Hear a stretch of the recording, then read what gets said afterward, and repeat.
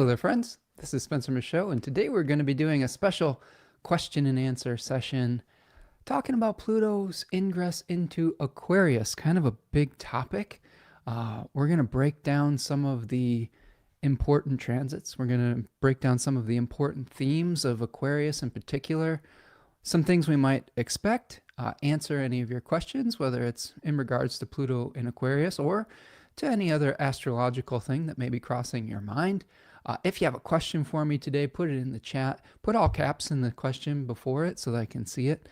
Sometimes we have some nice back and forth commentary between people in the chat, but that helps me to see if the question is directed towards me.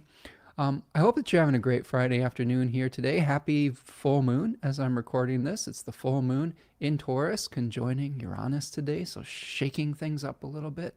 We're also seeing Saturn stationing direct today, so a lot of our Saturnian themes may start to coalesce a little bit. Some of the structures might start to return, and we might start having an ability to see what the future holds for us and what is going to be required of us and what our responsibilities are moving forward. So if you're here today, please leave me a little note in the chat letting me know that you're here and where you're stopping in from. I've got a few announcements before we do that today. Of course, we're going to be talking Pluto and Aquarius. I do have a Scorpio season sale that is happening.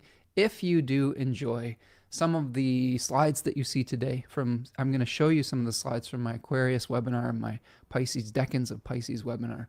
You can actually go to the store on my website and find the Decans of Scorpio for 20% off right now since it is Scorpio season. You can also find the Decans of Aquarius and Pisces webinar there as well as previous dignity and devotion planetary webinars that I just got done doing with my beautiful partner Tanya Andrews. We did the moon and most recently Mercury, so if you missed those, we actually went about 4 hours for each of those and just jam-packed it with information. We talk about myths associated with each of those specific planets. We talk about how to look at those planets within specific dignities and abilities, talk about planetary magic and how to elect a chart to be able to draw those energies down. So check that out as well. The next one we have coming up is Venus. So this is going to be the Dignity and Devotion Venus webinar. That's going to be Saturday, December the 14th. This series is every second Saturday of the month. So if you've missed out on the first couple, you can still actually purchase a deal and get a percentage off on the website, book now. So you'll get sent to you the previous recordings as well. So I hope that you'll join us for that. We've been having a great time doing it. And if you haven't checked out Third Coast Mojo, my partner's having an awesome sale right now. So she takes these planetary elections and is able to create beautiful materia from those elections. And right now she has a sale 50% off of a unique materia specifically for your natal chart. So what she'll do is she'll take your natal chart, she'll look at and have a consultation with you to see what types of energies you want to bring into your life, and then craft a planetary oil or materia that is specifically crafted to your natal chart. It's really cool. I have one that she made for me that I wear quite regularly. It's really good stuff, makes you feel really good, and I think it accentuates the good things that you're capable of in your life and maybe helps diminish and downplay some of the things that might be challenging. So check that out, Third Coast Mojo on Etsy. And then of course today, if you want to support the channel, you can buy a super chat in the chat today with a little $sign. That really helps me keep the lights on today. I appreciate all of your generosity with that. You can also go to buymeacoffee.com, which is a crowdfunding website that I participate with to be able to support the channel in that way. So I appreciate all of you. Thank you for helping to support in that way. And then finally, if you want to go check out my website, spencermichaud.com, and if what you're hearing today is sparking interest in astrology or like, hey, I'd like to know some more about that, you can sign up for a personalized reading. I do readings on your natal chart. I do readings on the transits that could be coming up for you. I teach astrological concepts through tutoring sessions.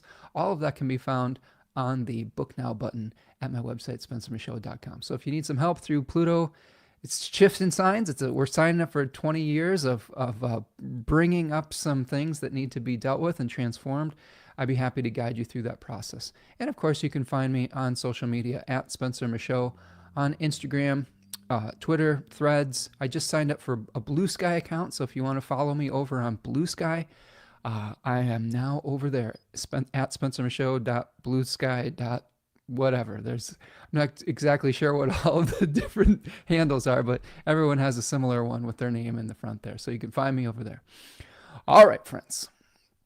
I'm going to welcome some of our beautiful people here in the chat that are stopping in. Steven's here. Some weird energy. The past 2 weeks, I've found myself baking and writing again. That is very strange, Steven. Baking and writing. What is the world coming to? Just mess with you.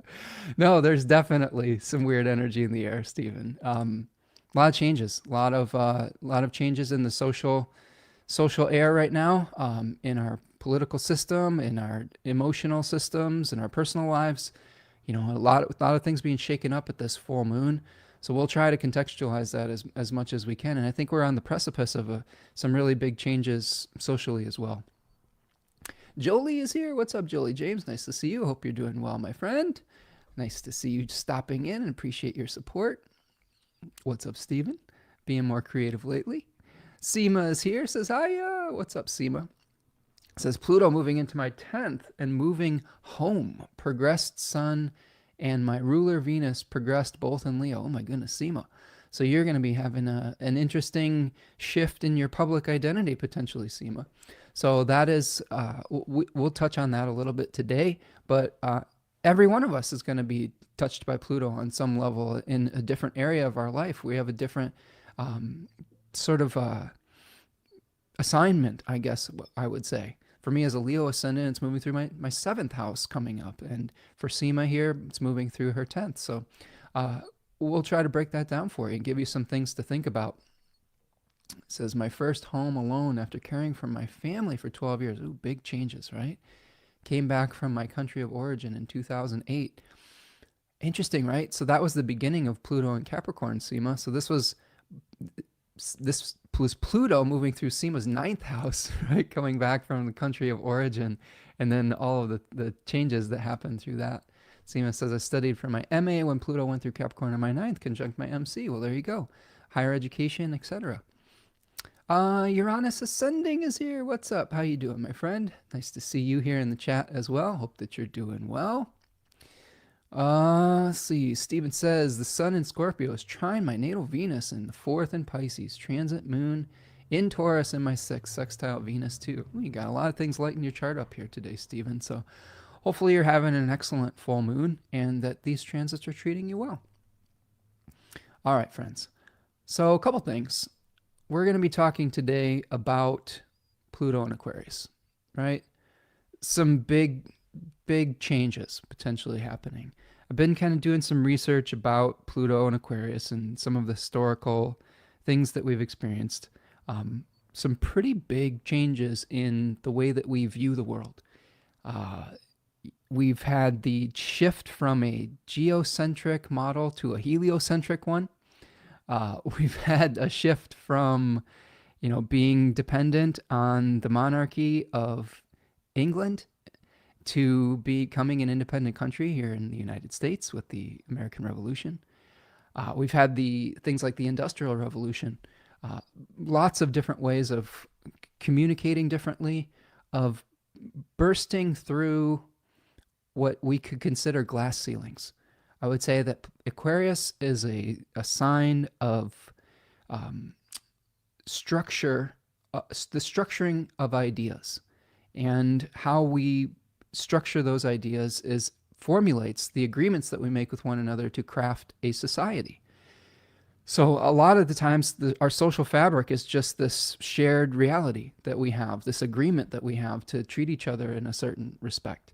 Now, I will say that Aquarius has been contextualized through the lens of modern astrology, especially like in the 60s and 70s, as this utopian sign where there's something that this great utopia is coming and the brotherhood of humanity is on the precipice. And while I do think that there's always possibilities for that the true nature to me of Aquarius is a little bit different. I think that a lot of Aquarius talks about the repression of ideas and the only being able to show us certain information to be able to support one particular worldview at the exclusion of all of the other information. So I will read you an interesting passage from Joy Usher that speaks to that. I'm going to start today with we're going to contextualize Aquarius first, and then we'll talk about Pluto's movement through Aquarius. So a couple things that we can think about with just Aquarius mythology here. So we've got the themes of foresight, into the unknown, detachment, exile, and isolation. This is really important because Saturn is a planet. The traditional ruler of Aquarius is Saturn. So we're looking at potentially massive amounts of people being cast into exile and feeling the challenges of isolation. Glass ceilings, like the idea that we can't break through something becomes more intense.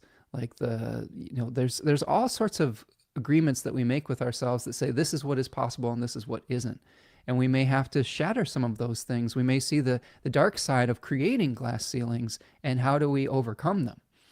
Aspiration to divine ideals. This is important as we talk about Aquarius related to the water bearer Ganymede, who was pulled up from humanity into the world of the gods. So this aspirational quality to be more divine. Pursuit of immortality. We see a lot of themes around the drinking of the nectar of the gods, ambrosia, and this pursuit of immortal life. There's themes that talk about human potential, but a lot of them talk about purification. We have flood myths in Aquarius mythology, where we had humanity, like the gods became disappointed in humanity. Humanity had become too corrupt and too dirty, and they sent these great floods to wash away the nastiness. And the people that survived are the ones that had certain foresight and foreknowledge of that coming impending doom, disaster, etc. We can also think of Aquarius as related to Prometheus and the myth of Prometheus, who was the Titan that stole fire from the gods and then subsequently gave it to humanity, but was punished for that and stubbornly refused to give in to Zeus as an authority figure, or give away his secrets to Zeus that might have liberated him in exchange. So this very stubborn adherence to ideals, but also this type of knowledge that can move us forward, and the subsequent pushback from authoritative figures to be able to hide that light. Like the gods were upset that Prometheus gave fire to humanity. Really, the knowledge, really that fire was the knowledge of their own divinity. And so there's these breakthroughs in human consciousness that we see with Pluto and Aquarius related to that Promethean energy as well. And we've got these different deities associated with each decan. I'm going to specifically focus today on the first decan of Aquarius because we're going to be going through the first decan of Aquarius for the next 5 years or so. And I think breaking it up into that manageable cycle could show us what the first themes might be about. And we've got spirits in those decans. One is Dike, which is the goddess of justice. And we may be going off into exile because we disagree with the powers that be. We have the god Phobos, who was a son of Mars, or Ares, who was the god that inspired soldiers to rout, right? To like leave behind their posts and like run away. So this fear that we may be experiencing that might lead us to want to escape. And then finally, we have Osiris, which is an Egyptian deity that has been overlapped with some of the decanic literature, which speaks about revisiting something to piece it back together so that something new can be born. And a lot of the Osiris myths, and that decan in particular, talk about revisiting our past, but not permanently, revisiting it so we can learn something from it and maybe even experience some of the frustration from the past so that we can finally be liberated from that and move on to the next shore, the next experience, whatever it might be. So we'll take a look at that today too. All right, let's see. Yeah, Stephen says 4 more days until Pluto moves into Aquarius for the next 20 years. Absolutely. Jolie says that's why we need Leo. Well, we always need balance, right? I think there's always balancing energies for all of this. So let's take a look at those dates that we were looking at here, and then I will dive more into the um, the meaning. So Pluto and Aquarius is going to be happening. I'm going to share my screen here. I'm just going to show you on the. Let's see here. All right, so here we go. Now we are looking at Pluto's ingress into Aquarius on November the 19th of 2024, a few days from now as I'm recording this, and it will be there for roughly 20 years until February 8th of 2044. There's going to be some back and forth between Pisces and Aquarius leading up to that time, but we're buckling in for a few decades of this type of experience and of this type of energy. Now Pluto is going to be in the first decan of Aquarius, first 10 degree section from the 19th of November to the 27th of March of 2029. So again, we'll talk about those themes related specifically to Aquarius 1. All right. What's up, Tom? Nice to see you. Namaste, Spencer, and everyone from sunny but cool San Francisco. Yes. Oh, nice to see you here, Tom. Let's see. So let's talk about Saturn a little bit. This is, to me, a really interesting way of thinking about Aquarius through the lens of Saturn. And the difference between what we might be experiencing with Pluto and Capricorn versus Pluto in Aquarius. So here you see a slide, the house of Saturn, from my Aquarius Decans webinar. We talk about the diurnal versus nocturnal face of Saturn. So we can talk about boundaries being related to Saturn. Physical boundaries in Capricorn, like a prisoner locked behind the iron wall, whereas we see the Saturnian boundaries being maybe more mental limitations, where we are cast out and exiled from the center. We are decentralized on some level. We've got earth element related to Capricorn, which is very cold and dry, and the air element, which is warm and moist. It gives us a different way of connecting with Saturn in Aquarius, and then subsequently with Pluto being within this sign. So I'm going to read you and of course, we have the cardinal energy of Capricorn versus the fixed energy of Aquarius. And I'm going to read you this quote from Joy Usher in her book, A Tiny Universe, which I think is really poignant and something that, again, we don't necessarily automatically think about with Aquarius if we haven't looked back into traditional astrology for this connection with Saturn in Aquarius. So she says, Saturn is known for drawing a line in the sand and priding itself that it knows how to keep this line through diligence and discipline. In order to do this, Saturn needs to constantly redefine and review what exactly this line means for it, and a fixed air sign is a perfect vehicle for this type of contemplation. Any planet situated in Aquarius is ruled by a subtler version of Saturn, which works on the mind, defeating the possibility of challenge before it even arises. If the planet in Aquarius repeatedly tells the chart owner that they will fail, the mind is likely to capitulate under the constant onslaught of doubt and negativity, becoming compliant, subservient, and easily controlled by Saturn's fears. Capricorn may be the wall of iron, but Aquarius is the glass ceiling, subtle, tantalizingly close, but often impenetrable because the mind does not believe a breakthrough is possible. That is really profound. And I think that one of the things that she goes on to say in A Tiny Universe is that Aquarius Saturn likes to exclude certain parts of the narrative that don't support their specific worldview. So one of the things that we're going to be seeing is, I think we're probably going to be seeing a lot of repression of information. We're already seeing movement towards that, where people want to ban books, where people want to limit people's free speech. They want to limit the ability to teach history within our schools. There is this rise of authoritarianism, and of authoritarianism that demands fealty, right? Not just loyalty, fealty, right? And that is like devotion, not just saying, oh, I accept you. This is saying that I accept you and I will do what you say rather than what is my own intent. So you think about this in terms of Pluto. Pluto, I think, tends to show us the shadow and the dark side of these, whatever these tendencies are, right? It is a chemical nuclear bomb, so to speak, of energy that says, I'm going to bring this volcanic energy that's been repressed, the shadow side that has been ignored, and I'm going to bring it up to the surface so that you can't ignore it. And if you keep ignoring it, it's going to continue to get worse and worse and worse until people do something about it. Now, at the beginning stages of this, we may feel a little bit demoralized. I know that in the past couple of weeks, I think that the vibes among my community have been a little low. There's been a little bit of a lot of disappointment. There's been a lot of fear.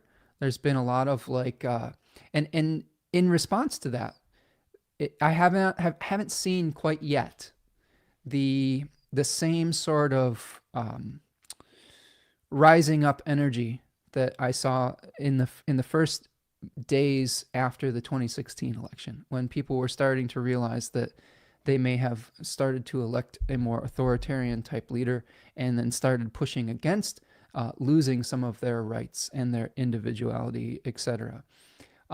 Here, there seems to be a little bit more of a resignation or a fatigue, I will say.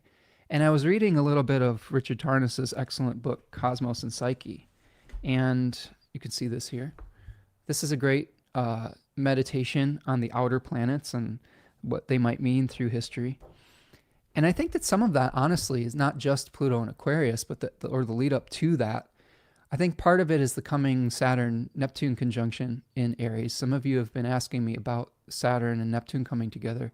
I think that there is some feelings of a little bit of a loss of hope when we have Saturn and Neptune coming together, a little bit of resignation, etc. Now, thankfully, that transit is fairly short, right? The Saturn-Neptune conjunction with Aries, is going to last maybe 2 years at the most, right?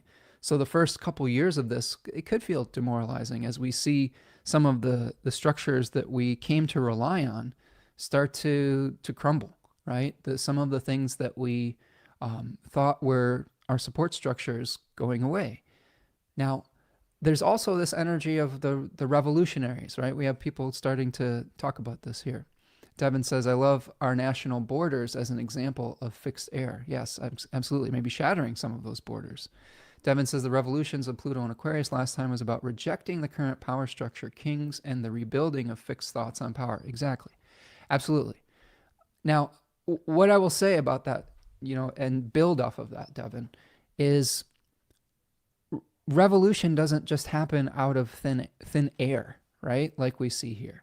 Revolution is a response to feeling exiled, to feeling like the centralized power isn't serving your needs anymore. Or maybe it never did, but the noise is getting loud enough, and there's fewer and fewer bones being thrown to the people in exile to keep them complicit within the system, right? And you see this, what we're seeing worldwide is a rise of authoritarianism, is a rise of repression of those that are different. And when you go to extremes like that, when you see anything that is an extreme, what you start to see, this is a Taoist meditation on the yin yang, right? What you see in that beautiful circular structure is that the seed of its opposite is planted when you start to go to the extreme of an energetic type of belief, a type of action, etc. So with the extremism moving more towards authoritarianism, the seeds of revolution are being planted. Now, that can be something that's heartening, I guess, on some level for a lot of people, for a lot of folks. For some people who are happy with how things are and don't want to see chaos, that's a scary thought. I think that the answer lies somewhere in the middle. I think that uh, revolution can mean a lot of different things. There have most definitely been bloody revolutions during Pluto in Aquarius. Pluto is a planet, in my estimation, that uh, makes things go to extremes. It's a volcanic eruption of sorts. We talk about not just the American Revolution with Pluto and Aquarius, but also the French Revolution, which became very bloody. Uh, Even for the people that were revolting and trying to bring power back to the people, even some of those movements could have gotten so extreme that if you disagreed with any of the revolutionary ideals, you were in the line of fire. And I think this is something that I want my message to, I hope will land today, is that any movement that becomes too extreme can start to uh, become toxic. It doesn't mean we don't do the work that we need to do, but excluding other viewpoints and other individual perspectives, even if we think that we're on the side of righteousness, can start to lead to corruption and can start to lead to violence and can start to lead to the dark shadow that we're actually trying to resist. And I think that that's extremely important. Saturn is sitting on Seema's moon right now. Well, that's fun. That's your Sade Sati, which in Vedic astrology is a challenging time, Seema. So I hope that you're hanging in there. Stephen says, revolt like Matilda or be revolting. I think that revolution can take on many different forms. There is the revolutions that happen in the street, through protests, through political pushback. There's revolutions that just happen in our smaller communities. Going out and planting food in your backyard is almost a revolutionary act on some level. Changing your lawn to native pollinator plants is a revolutionary act, especially if you have a homeowners association that wants conformity, right? So there's lots of different ways that can play out. So Devin says, revolution is an achemical process where two sides need to interpret heat in order to fuse them together. Both parts can't coexist whole as themselves. They can, however, find the parts that match and can fuse together like the centaur. Ooh, I like that, Devin. Yeah, and we're going to be going through that process. I think that I like the language that you use with achemical processes, because Robert Schmidt, one of the astrologers that I really respect as far as one of the interpreters of traditional astrological texts, was once asked in a lecture how he saw the outer planets as in analogous to traditional planets. And he was saying that he considered Uranus a transcendental sun, an awareness of an idea that shakes things up. He considered Neptune a transcendental moon, universal substance that or a solvent, okay, that dissolves things back into just undifferentiated mass and substance. And then he thought of Pluto as a transcendental Mercury. Mercury being a planet that stirs things up, that gives us a mixture, that goes between worlds, that creates change. So I think that seeing that as a transcendental Mercury, Pluto is going to be stirring up the drink a little bit here. Let's see. Seema says, end of family home as moon rules my third, and I see and cut off from my siblings, feel sad and lonely, but Pluto will try in my natal Venus, so I need a change. Yeah, I mean, this is going to be a big change for you, Seema. And a lot of us are feeling isolated and lonely, especially after we've experienced the Saturn-Jupiter conjunction in Aquarius. And figuring out how to reconnect with our communities, I think, is also a part of Pluto and Aquarius, of finding communities and appreciating our differences rather than repressing them or trying to homogenize them. Corey's here. What's up, Castle Rock? Says, wowza, I turned on your channel just in time to hear you mention native pollinators. Hey, I try to get the message out into the world. I think that is going to be part of this too, is figuring out how we can survive after a number of centuries of environmental abuse, right? We're seeing the consequences of those actions coming to the fore. All right, so Pluto in Aquarius 1. I'm going to show you another slide here, okay, that is related to Aquarius 1. So I'll just go back and just show you kind of, you see through the language of the tarot, we see a conflict and a defeat in the first 10-degree section of Aquarius related to the Five of Swords. We see crossing over from one shore to another, from one threshold to another, like in the hero's journey, crossing over the threshold into the special world in Aquarius 2. Communication between the center and those in exile. And then finally, we see someone looking back, but also sneaking away from an encampment in Aquarius 3, taking with them what they've learned, but leaving the past behind, and knowing when to say when, right? So we're going to be focusing today on the first 10-degree section related to the Five of Swords. So let's take a look at that. So here we see Aquarius 1, which Austin Coppock dubs the mark of exile. Related to the Five of Swords, we have the spirit or daimon Daiki associated with this. And themes that we may experience in the first decan of Aquarius that Pluto is going to be moving to: exclusion, exile, isolation, severity of thought, extremes of belief, people trying to escape injustice, refugees and immigrants. They could be refugees from an ideological ideal, or they could be escaping the challenges of climate change. People in the southern hemisphere have been suffering disproportionately due to climate change, more so than us in the northern hemisphere. A lot of the actions were initiated in Western civilization, the northern part of the world, but the people in the south are inordinately suffering about that, and we're seeing mass exoduses from places that have become inhabitable over time. Sacrificing security for freedom. When you become a refugee, when you become an exile, you are sacrificing some of the things that you have found comfort within, right? And human beings, I would say, are a species that doesn't necessarily enjoy change, from just my observations. And if you are put upon enough that you want to leave your home and go into exile or become a refugee, things might have probably gotten pretty extreme. Okay, so sacrificing security for freedom is not always a fun thing, right? That's something that's like traveling in the ancient world used to be very, very dangerous, and it's still somewhat dangerous. You don't always know the language, you don't know who your friends are, you don't know the customs of a specific place, and that can be challenging.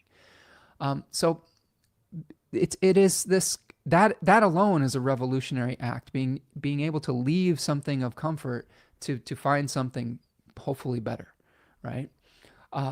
Now the inclusion of Daiki in this, Daiki being the goddess of justice, I think that oftentimes the choice to leave behind a central position is one because you don't believe in the values of that new authority, power, etc. So I do think that what you will start to see as more authoritarian governments rise all over the world, not just America, not just parts of Europe, all over the world. This is a global phenomenon. This is not just an American phenomenon. You will see people starting to, you've seen a lot of people right now exiting Twitter because it is being managed by an authoritarian oligarch. And people are saying, well, we don't want to be part of this. This is out of alignment with our values, with our beliefs.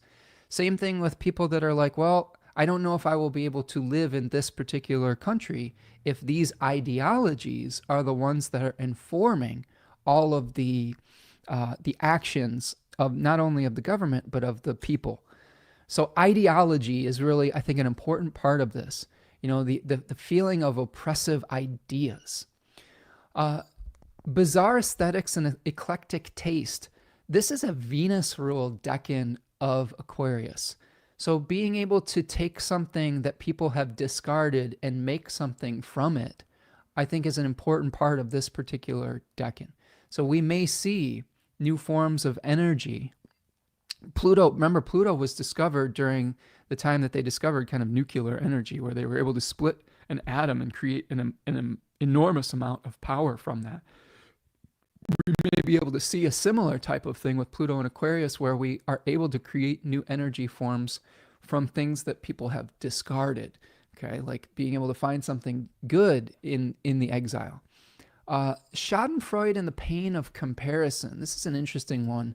I think that there is a feeling of, I would say, what is the word I'm looking for?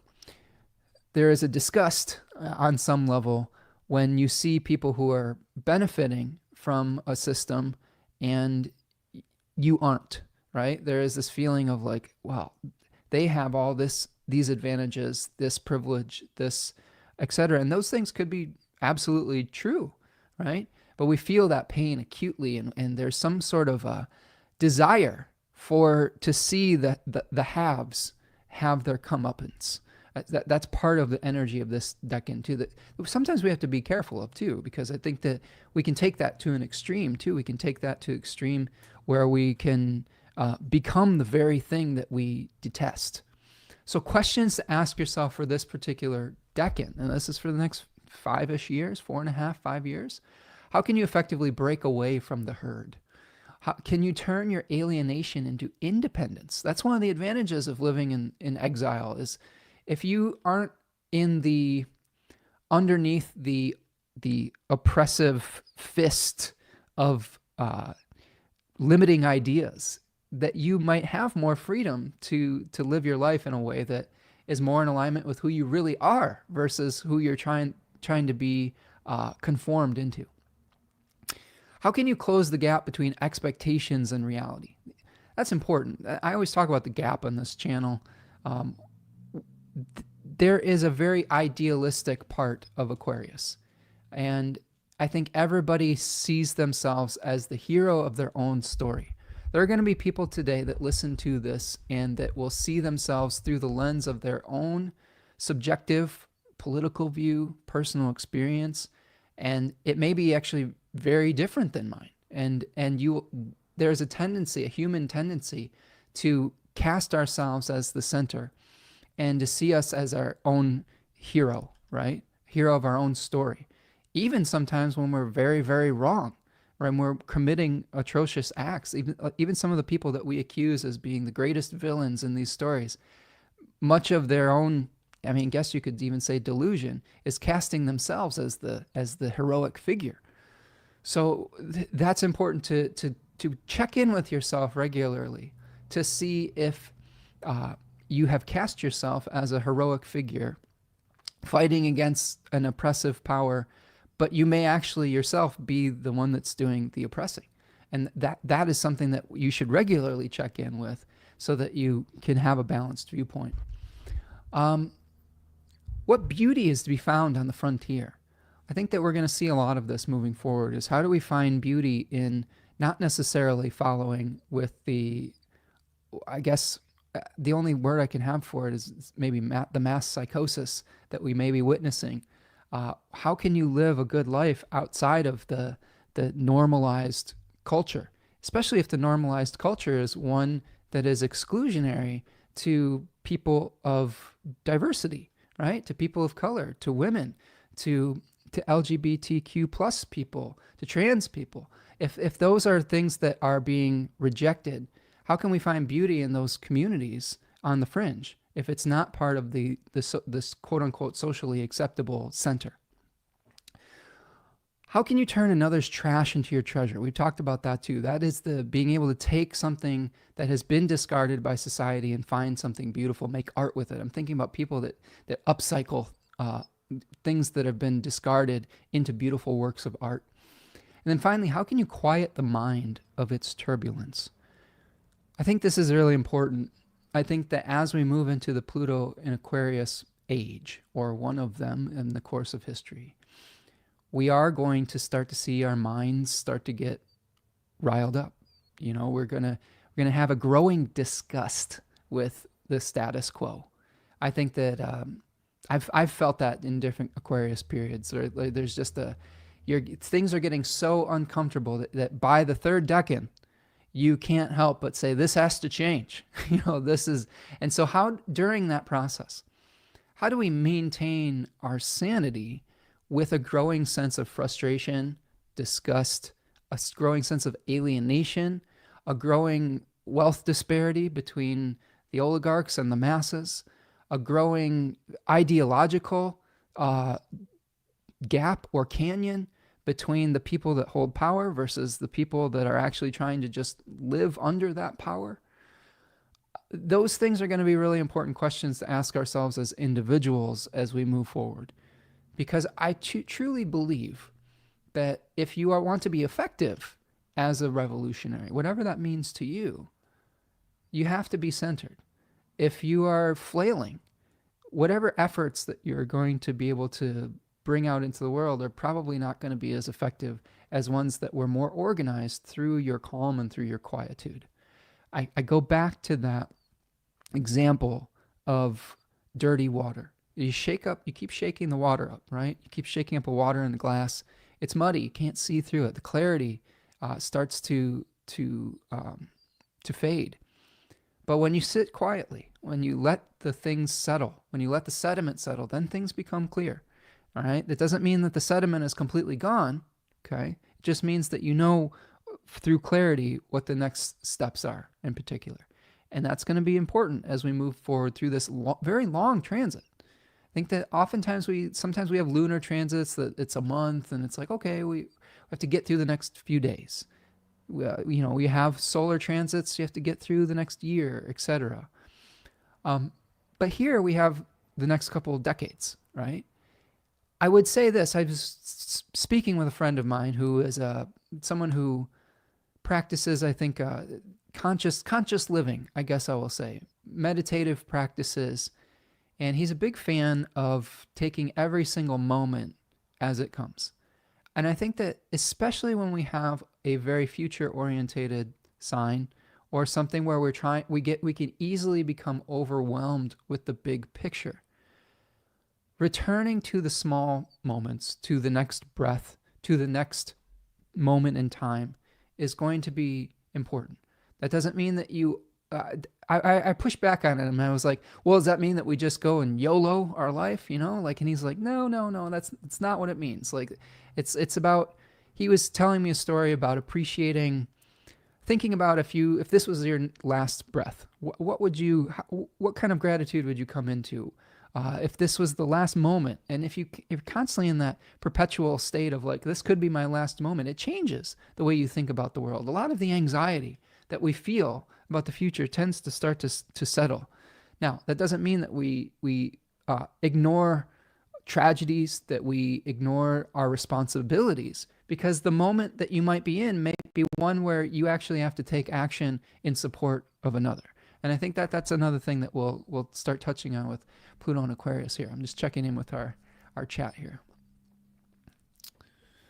Seema says, I was forced to move due to my mom dying when Saturn and Pluto were conjunct in 2020. So Pluto is the power or authority structures.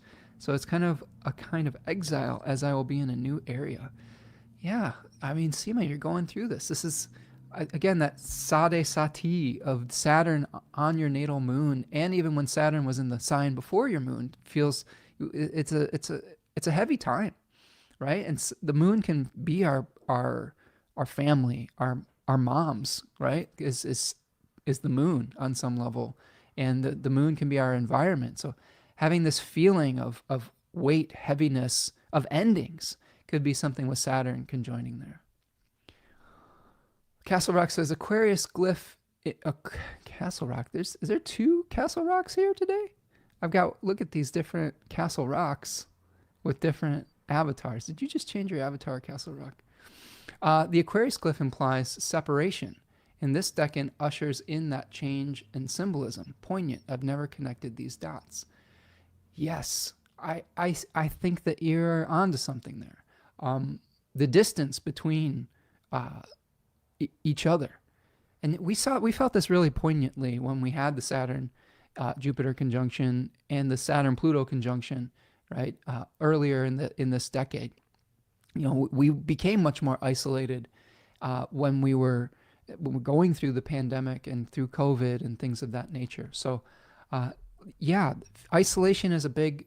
We're going to see some of the dark sides of us becoming isolated, and of people trying to control the streams of information. I think that's one of the things I really want to focus on today is thought control, and the dangers of that, so that we can learn to see it when we are experiencing it. Seema says, my lifelong passion has been astrology. I want to practice astrology by having courage to call myself an astrologer. I was an academic and was mocked by my peers. Oh, no. Well, you're amongst friends here, Seema. You can practice as much astrology as you want in the chat here. This is hopefully a safe space for you to do that, and a good way to get some ideas out. I try to highlight multiple perspectives in these chats, so I hope that you feel welcome here. Robin is here. Says, hi, Spencer and crew. Sorry I'm late. No worries, Robin. You got this. Nice to see you, my friend. Lauren is here. I used to have a different impression from the 60s song Age of Aquarius, delusional, idealistic impressions of communities, quite airy-fairy, versus the communities are versus how communities are to truly thrive. Yes, totally. And that's something that I wanted to really point out today. We have this pop culture depiction of Aquarius, a lot of it from the 60s and 70s, that is, like I said, utopian, where it's like, oh, when we finally enter this quote-unquote age of Aquarius, which, by the way, I don't actually believe we are in, or I don't even know if I believe in those ages. I believe we are in an air age because of the Jupiter-Saturn conjunctions that we see in certain elements. But the actual precession of equinoxes into Aquarius doesn't actually even happen for another couple hundred years. So we're not even close. But we are in the age of Pluto in Aquarius. I will say that, and that in and of itself is very different than the viewpoint that we saw through like musicals like Hair, etc. Now, do I believe that we can come together in unity and brother and sisterhood like they were talking about? Potentially. But I think that it is going to, I'm going to read something to you, Lauren. And this is from a book that I found in my library. I've been collecting books for a while. And this is, let me see, I'm going to stop my share for this so you can see it. Okay, let's take this off the screen. So here is Liz Green, The Outer Planets and Their Cycles, The Astrology of the Collective by Liz Green. It's falling apart. The bindings all, I got this at like a used book sale. It's from, what year is this from? This is from 1983. But there is a section in the back. This is on page 172. And I'm just kind of looking for my... So someone's asking about when does the Piscean age actually end and the Aquarian age actually begin? And Liz goes on to say, there is considerable argument about that. I doubt that one can be very exact. The decision about which star marks the end of the constellation of Pisces and the beginning of the constellation of Aquarius is not one that I would care to make. I think it's possible to talk in terms of overlap which lasts for perhaps a century. I have heard many dates given. For all I know, the Aquarian age began last Tuesday. I feel it's more creative to think of this century as a transitional one. There is a smell of decay rising from the fading body of Pisces, and a smell of rising sap from the ongoing birth of Aquarius. And I think at the moment they're very mixed up together. The audience member goes on to say, I can't help feeling slightly upset about what you are saying. We keep reading that the new age is about brotherhood of man. Liz says, no doubt it is. But if that's the vision which is emerging from the collective, then we must first go through the long and bloody process of discovering why we have never been able to experience brotherhood. No individual becomes conscious of himself instantaneously and without suffering. No collective does either. The psyche doesn't work that way. If something must die, then it's going to raise a hell of a fuss in the process. And if something is being born, it's going to cause pain to the thing giving its birth. You can give a woman an anesthetic when she is giving birth to a baby, but you can't anesthetize. I can't pronounce this word. You can't anesthetize. There's too many THs. Solid. Apologies. You can't have an anesthetic for the soul, not without paying an awful price. I'm afraid I'm a little jaundiced about all the hopes for the age of love and brotherhood arriving next month. It's a bit like getting married in a beautiful dress with a wonderful bouquet of flowers, and then believing that because you have just married, you will now understand marriage and be able to live the symbol immediately. No marriage works like that, and I don't think the Aquarian age does either. It may be that Aquarius will bring us the awareness that we are indeed part of a vast interconnected life entity, both biologically and psychologically. But the awareness is going to force up everything in us which obstructs us from living our vision. Jung thought the Aquarian age was about the final collusion between good and evil, and if I understand him properly, I think he means, as usual, the collision of these opposites within the individual. That is more in line with what I would imagine than what we would have been told by our more mystically inclined astrology books. We have an enormous challenge in our hands, an enormous struggle, and the outcome of which I am not sure is yet determined. We're beginning to introject God, and that's horribly dangerous as well as being potentially creative. So she goes on to talk about the myth of Prometheus, but I think that's really interesting to me. I think that anytime you are trying to usher in a time of understanding, peace, collective awareness, it doesn't just pop up out of nowhere. It is a reaction to the negative challenges, extreme negative challenges. And I think that what we're seeing now is we're being given whatever it is. Maybe you could call it a directive, a divine directive. I hate like contextualizing like that, but this is just a reaction to the time that we are living within. I think that if we are to have that age of Aquarius type of experience, it's going to come through pushing back against those very extreme opposing forces, which we are seeing starting to mass their powers and ranks right now. All right, let me check in with the chat here. Lauren says, Saturn rules these signs in succession because we need to have laid a foundation in Capricorn in a positive way for anything grassroots to take shape. Yeah, or we could feel like prisoners within a oppressive financial system that will lead to different ways of thinking about our ideological organizations of a society. I mean, that's really, to me, the Pluto and Capricorn era, created this wealth gap that it was completely untenable.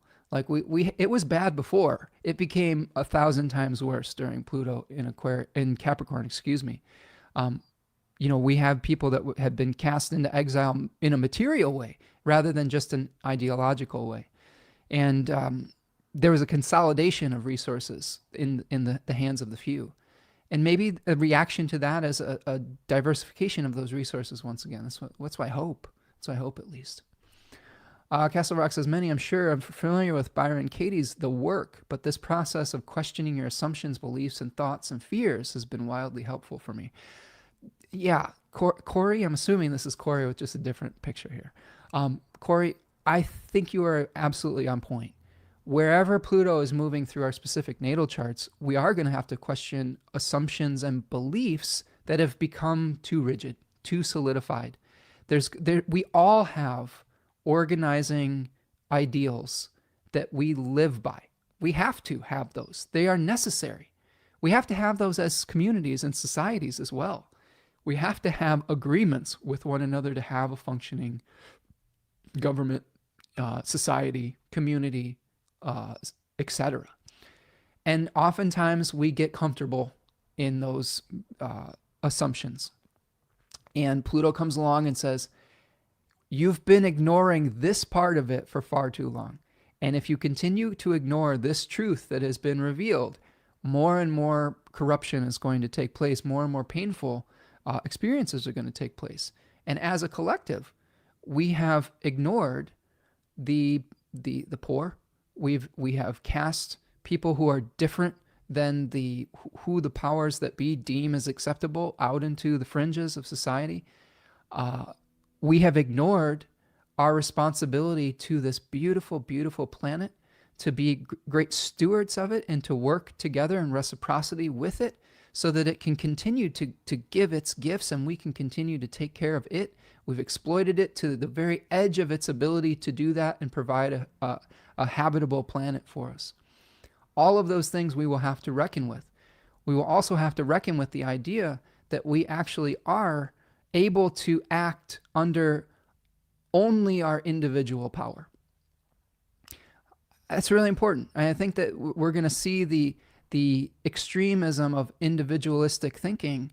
We're going to see the negative parts of that because we are all connected. I keep going back to stories about in the last few years that have really solidified this for me. I mean, if you're any type of scientist, you see how interconnected any type of ecological system is, especially when you start studying mushrooms and mycelium and those networks that connect the forests that are underground, that are unseen.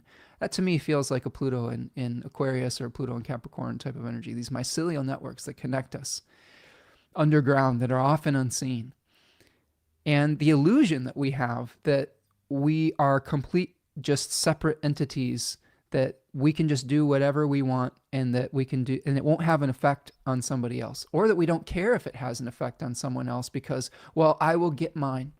And as long as I'm comfortable, it doesn't matter what other people are experiencing. The flaw in that thinking is that eventually that boomerangs back on you.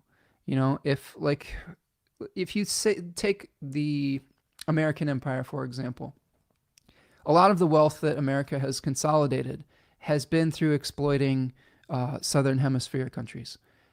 It has come through just being able to go into those countries, not only to just take the resources, but to control their governments and to make them more favorable to our own interests so that we can enjoy great wealth and prosperity. That will eventually boomerang back on you. You have people that can no longer live in those places that will come into your country, and that's what people are getting upset about, is we've exploited their countries to the point where they can't even live in there anymore because we've created an environment that isn't habitable. And now we're upset because they're like, hey, we can't live in these spaces anymore. Your place looks like a nice place to live. We're going to come up there. You know, these things have consequences, right? These actions that we have, they aren't separable. The forest fire that you see on the West Coast, if you live in the Midwest, you know, Corey and I live in the Midwest. Corey's from Iowa. I'm from Michigan. It's easy to say, well, I live in a space that doesn't experience that type of natural disaster until you smell the smoke that's traveled 3,000 miles, blocking out your sun and making it pink instead of its normal color. It's hard to ignore those signs when you realize that the actions that we've taken are interconnected. There's so many more examples of this that I could give. But I think that the main point is that the Pluto and Aquarius transit is going to show us the very real consequences of thinking in an extremely individualistic way. And it's hopefully will make people uncomfortable enough to understand that we actually do have to take each other into account to survive as a species. Now, many of you out there in this community that are listening here today are amazing community activists. You are people that believe in reciprocity. But we all have our blind spots when it comes to this, myself included. You know, as a Leo ascendant, there's times where I would rather just do something on my own than work in a group. Like sometimes I'm just like, I can't deal with all those egos and, you know, discussions. Just let me do it. But that will have its own consequences, and it has for me in certain regards as well. So learning how to work with one another while still maintaining your own individuality, I think, is really a part of Aquarius. Subsuming all of your desires for the needs of the group is not the answer. There will be sacrifices that you have to make within Pluto and Aquarius transit, but it doesn't mean that you have to completely lose your individuality to homogenization.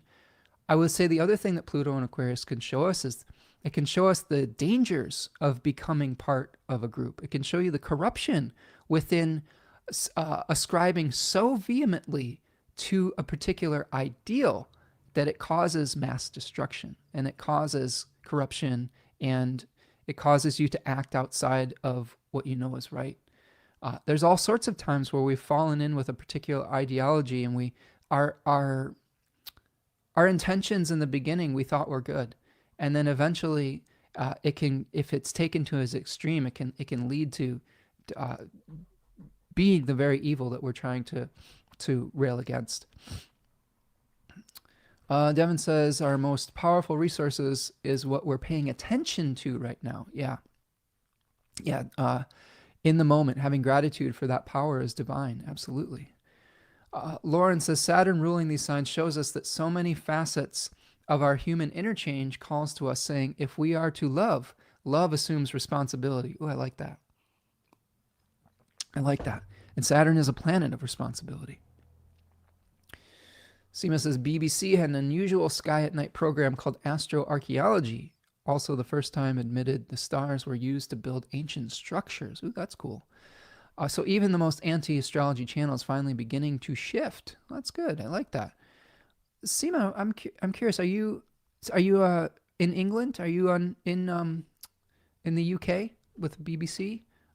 Just curious. I don't know if I've ever seen where you're joining us from. I always love seeing all my international friends where they're coming in from, just to understand perspective. Yeah, okay, UK. Seema says yes. Painted Turtle says, I appreciate you sharing that reading, Spencer. It hit just right. Oh, good. I'm glad. I've really been finding some amazing resources in this research that I've been doing on this in the last couple weeks here. Taku says, hi, Spencer. What do you think will be the effect of Pluto and Aquarius 1 for individuals having their sun squared, opposed, or conjunct in the next years? Thank you for sharing. So I'm assuming you mean Pluto squaring your sun, okay, or opposing, okay.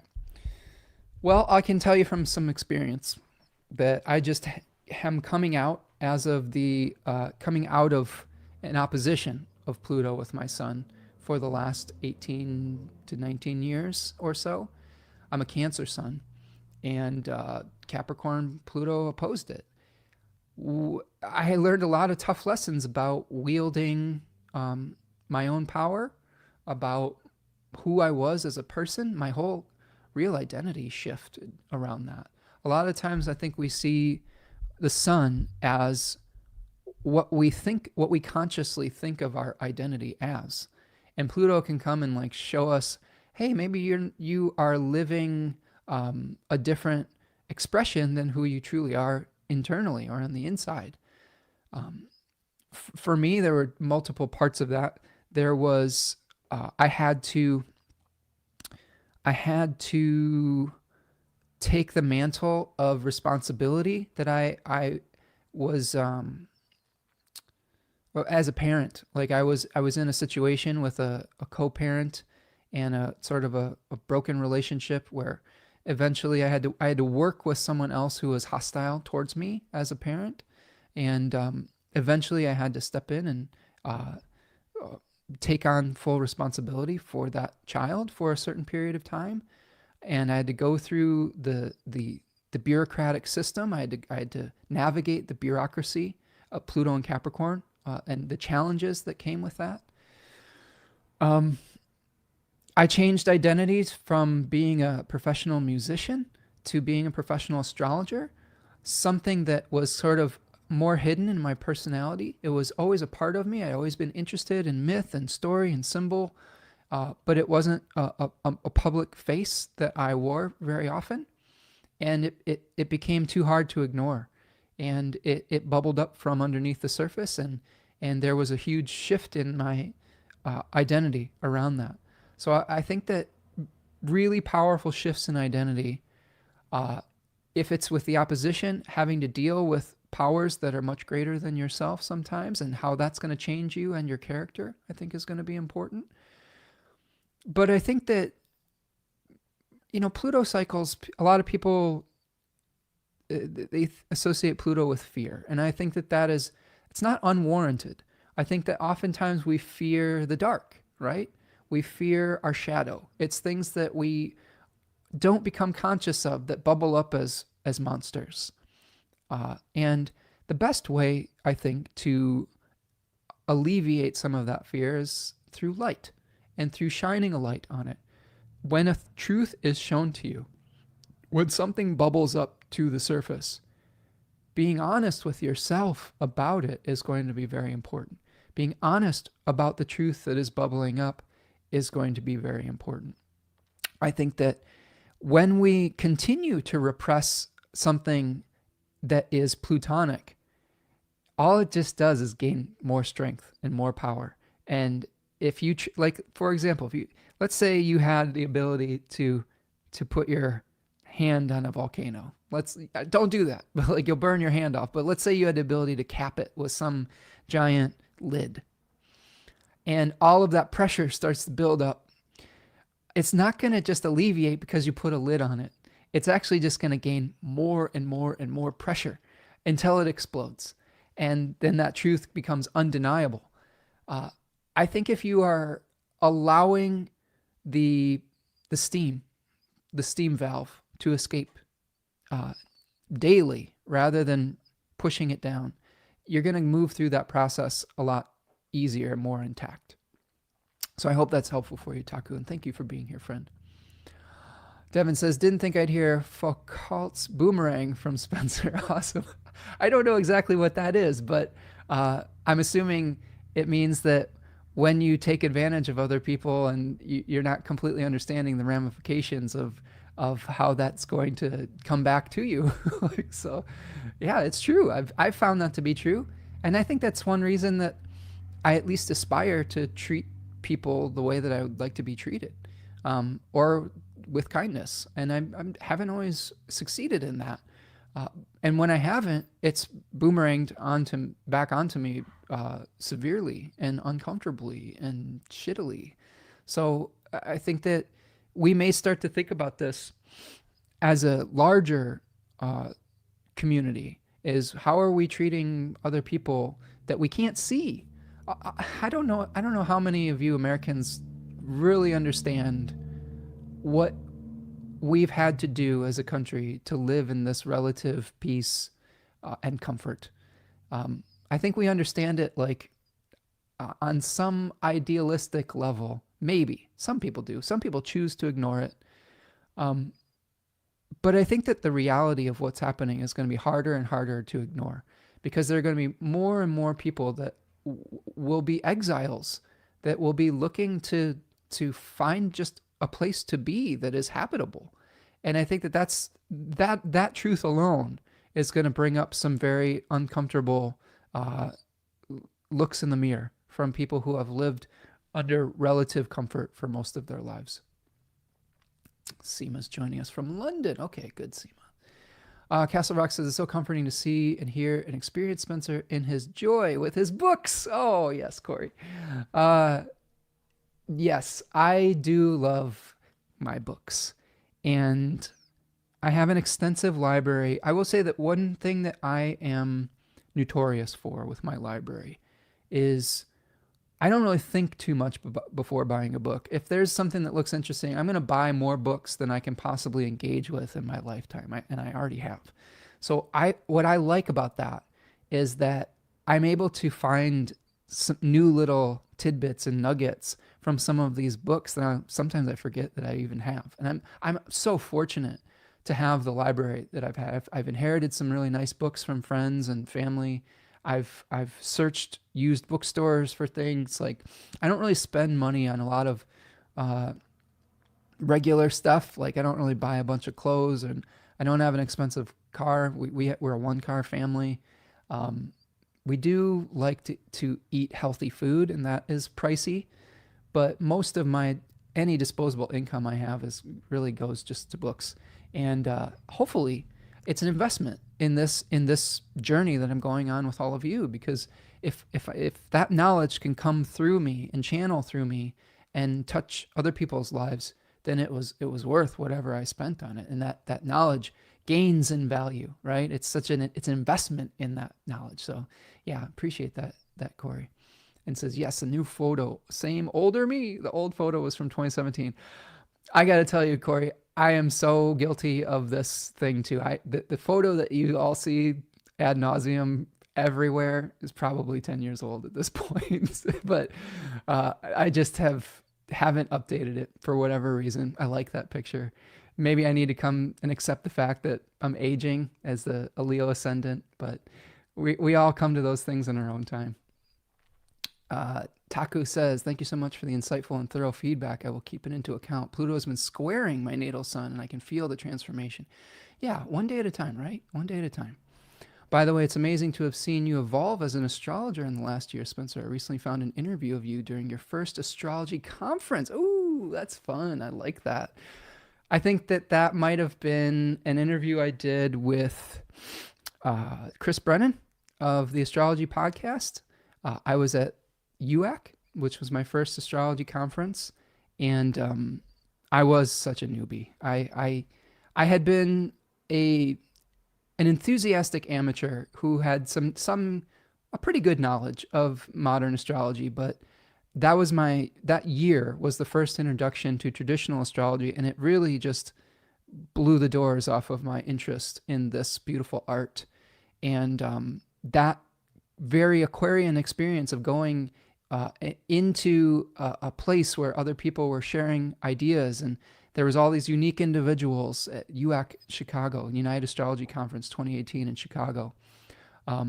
It really was an eye-opening experience. Like, it was a bunch of kind of social exiles getting together and exchanging ideas, and it was really life-changing, and I'm really grateful for a lot of the people and friends that I met at that. And yeah, it's been 6.5 years since that, right? Am I doing my math right? It feels like forever, and also it feels not that long ago. But yes, it's been quite a journey, learning all of this knowledge and sharing it and continuing to learn. And I'm so happy that you're here on the journey with me, friend. Corey says, your view on books and my view on books are very, very compatible. Oh, good. Yeah, I think it's fun to have more wisdom than you could ever engage with. And to me, that leaves possibility that I'll discover something. I love the discovery of it. And I would say that since COVID, I've been to the public library less, which I really miss. I really loved going to the public library and getting 10 books, but that's been less of a experience that I've had in recent years. My experience now is like, if I really want a book, I just get it. I'm running out of space, but I do believe in libraries. And one of the things that's interesting, the expansion of knowledge for Pluto and Aquarius periods is important. I was reading about the first public libraries came about in a Pluto and Aquarius period. The making knowledge accessible to everyone is a Pluto and Aquarius movement, right? The ability to decentralize this knowledge. Sometimes knowledge was held by very few. Very few people learned how to read. A lot of it was held by the church and the clergy. There were a lot of changes around the people's experience of the church as well. If we go back, I think this is a really interesting conversation. We have a period of time where what we assumed was true gets shaken up very, very, not chaotically, but just in a impactful way. Imagine you're in the 1600s. I can't remember the exact dates of Copernicus's revolution here, but the church had everyone believing that the earth, everything revolves around the earth, that we were the center of the universe. And we think make this assumption now that this is a regular thing. Oh yeah, we revolve around the sun. But back then, if you didn't believe that, it was heresy. It was like literally like they were controlling the way that we thought about the universe, because honestly they didn't know any better, right? They didn't have the types of scientific tools that they needed to understand that until Copernicus came along and blew the doors off of that belief, that he made it undeniable that truth was something that had to shift our belief system. So there will be things like this in the Pluto and Aquarius time frame. There are truths that we hold right now about the physics of the universe that will be proven false. Like that will be, or we will discover a solution to something that we thought was unsolvable, right? Maybe an energy crisis issue. I saw one person on the internet postulating about teleportation, being able to transport our atoms from one place to another. These are the types of breakthroughs that we're like, oh, that's just science fiction, that become reality with the breakthroughs of Pluto and Aquarius. And those things give me some hope. Although what I will say is that when some of those things were shifting and changing, I was reading also a beautiful article online. I can't remember the website, but the author was talking about the role that the church had within society. And one of those roles was to feed and give shelter to the poor and to the hungry and to mothers that had become widowed, etc. Traveling, again, was very dangerous, and giving shelter to people and travelers that needed shelter was very much a part of the church's role. And when people started to move towards atheism, when there was the Protestant Revolution and the shifting away from Catholicism, that type of revolution, some of those roles became lost. I will also include in that a lot of the roles of the church was to provide herbal medicine and medicine for people who couldn't afford these other doctors, etc. And the medicinal knowledge got lost within that too. So even when we're having these, what we consider progressive shifts, we can lose some of the valuable information that was part of the previous understanding. So we have to be real careful about that when we're shifting from one world viewpoint, that we don't just throw the baby out with the bathwater too. I think that's really important. I don't know too.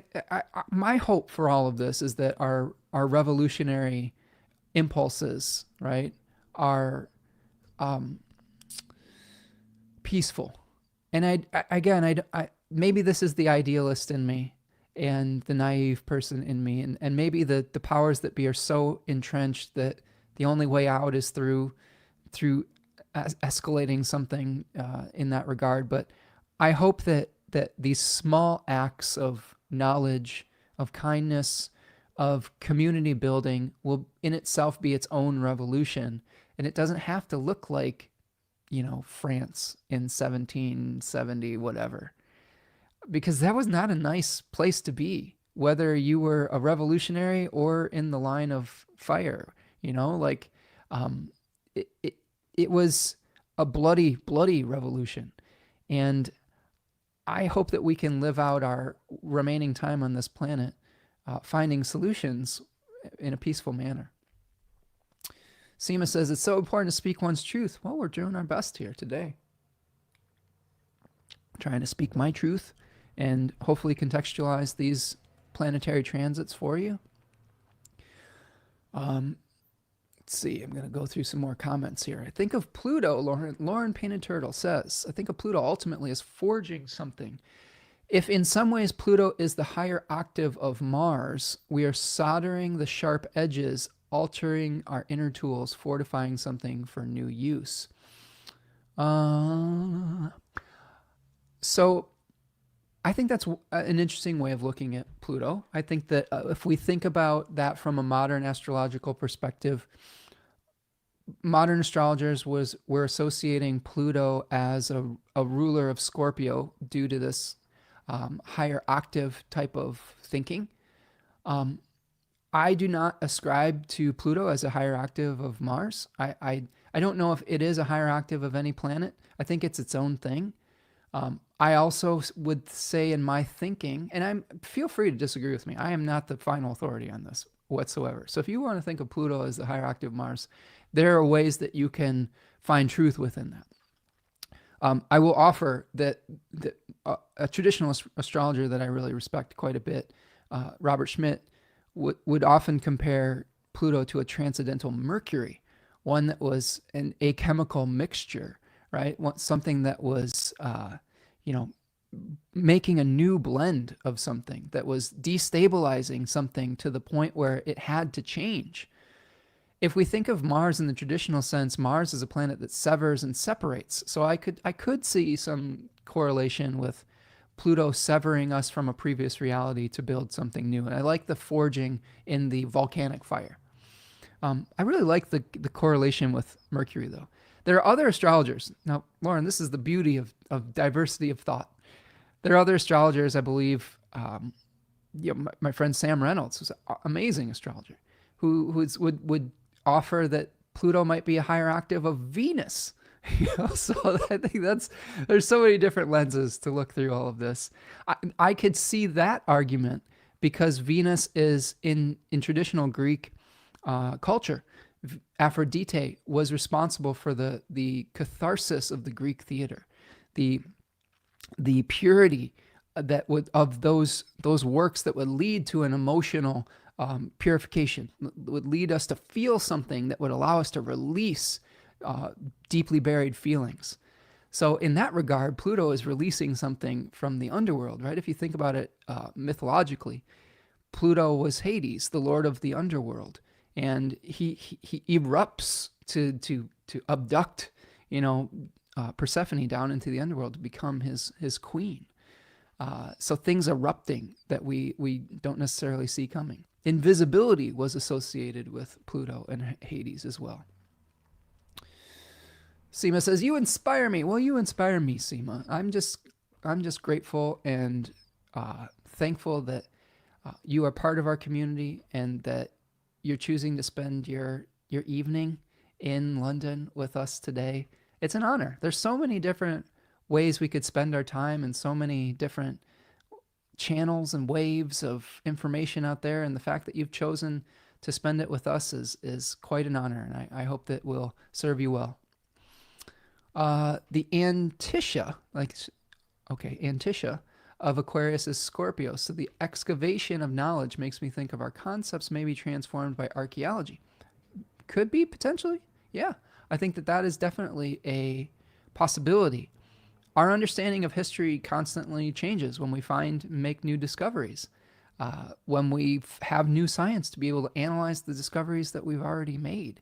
I mean, there were times in my youth when dinosaurs didn't necessarily have feathers, and now they believe that they did. So, things can change. Think about, people that may have been discovering those dinosaur bones and thinking about them as dragons, right? My partner pointed out this interesting little tidbit that I found really, really fascinating about mammoth skulls and how they have, like elephants, modern elephants, have one singular hole in their skull, and how that really could have made an ancient culture think about it as the skull of a cyclops, right? And now that we have this different viewpoint, we know, quote unquote, know better, right? So new information brings about a completely different revision of history. And I think history is constantly still fluid. And our understanding of it, just like our understanding of the future and of scientific things, is fluid as well. And sometimes things cycle back around. And I think that's a really beautiful thing. Tom says, "I'm still good friends with the man that introduced me to astrology. And just last week we spoke and I said, after 50 years, we're still learning." Oh, Tom, I hope we're still learning for 50 more years, right? I think that never stop learning. I was really feeling excited about diving into some of these books that had just been on my shelves this week. And feeling the inspiration of wow, like learning some new things about this. And sometimes we get in our patterns and our habits, etc. And it's easy for someone like myself with a Taurus moon to kind of get in a repetitive pattern. And being shaken out of that, I think, is it's fun. You make new neural connections, and that to me is very healthy. Lauren says, "You have offered this perspective about Pluto and Mercury, and I am inclined to look into it. I appreciate all different takes on interconnectedness of the planets." Yeah, and again, Lauren, I would not claim that is the capital T truth. If there is truth in associating Mars with Pluto for you, and you can make a good argument for it, I'm open to it. I will say that my thoughts on Mercury, Pluto, Mars, etc. I don't think that Pluto is necessarily analogous to any of those traditional planets. I think it's its own thing. I think it's you could even think about it as, I've seen other people think about it as sort of like a fixed star, right? Where it just is a disruptive quality within whatever house it's moving through. I think we're still discovering the nature of those transpersonal planets, of those invisible planets. We had centuries to be able to analyze the meanings and symbols of those traditional 7 planets. We've really only had about 200 years to analyze, 200 to 300 years to analyze the effects of these particular outer planets. With Pluto, we didn't discover Pluto until 1930, so less than 100 years. So letting it unfold to us and letting it show us its meaning through historical precedent, I think is important. Being open to it.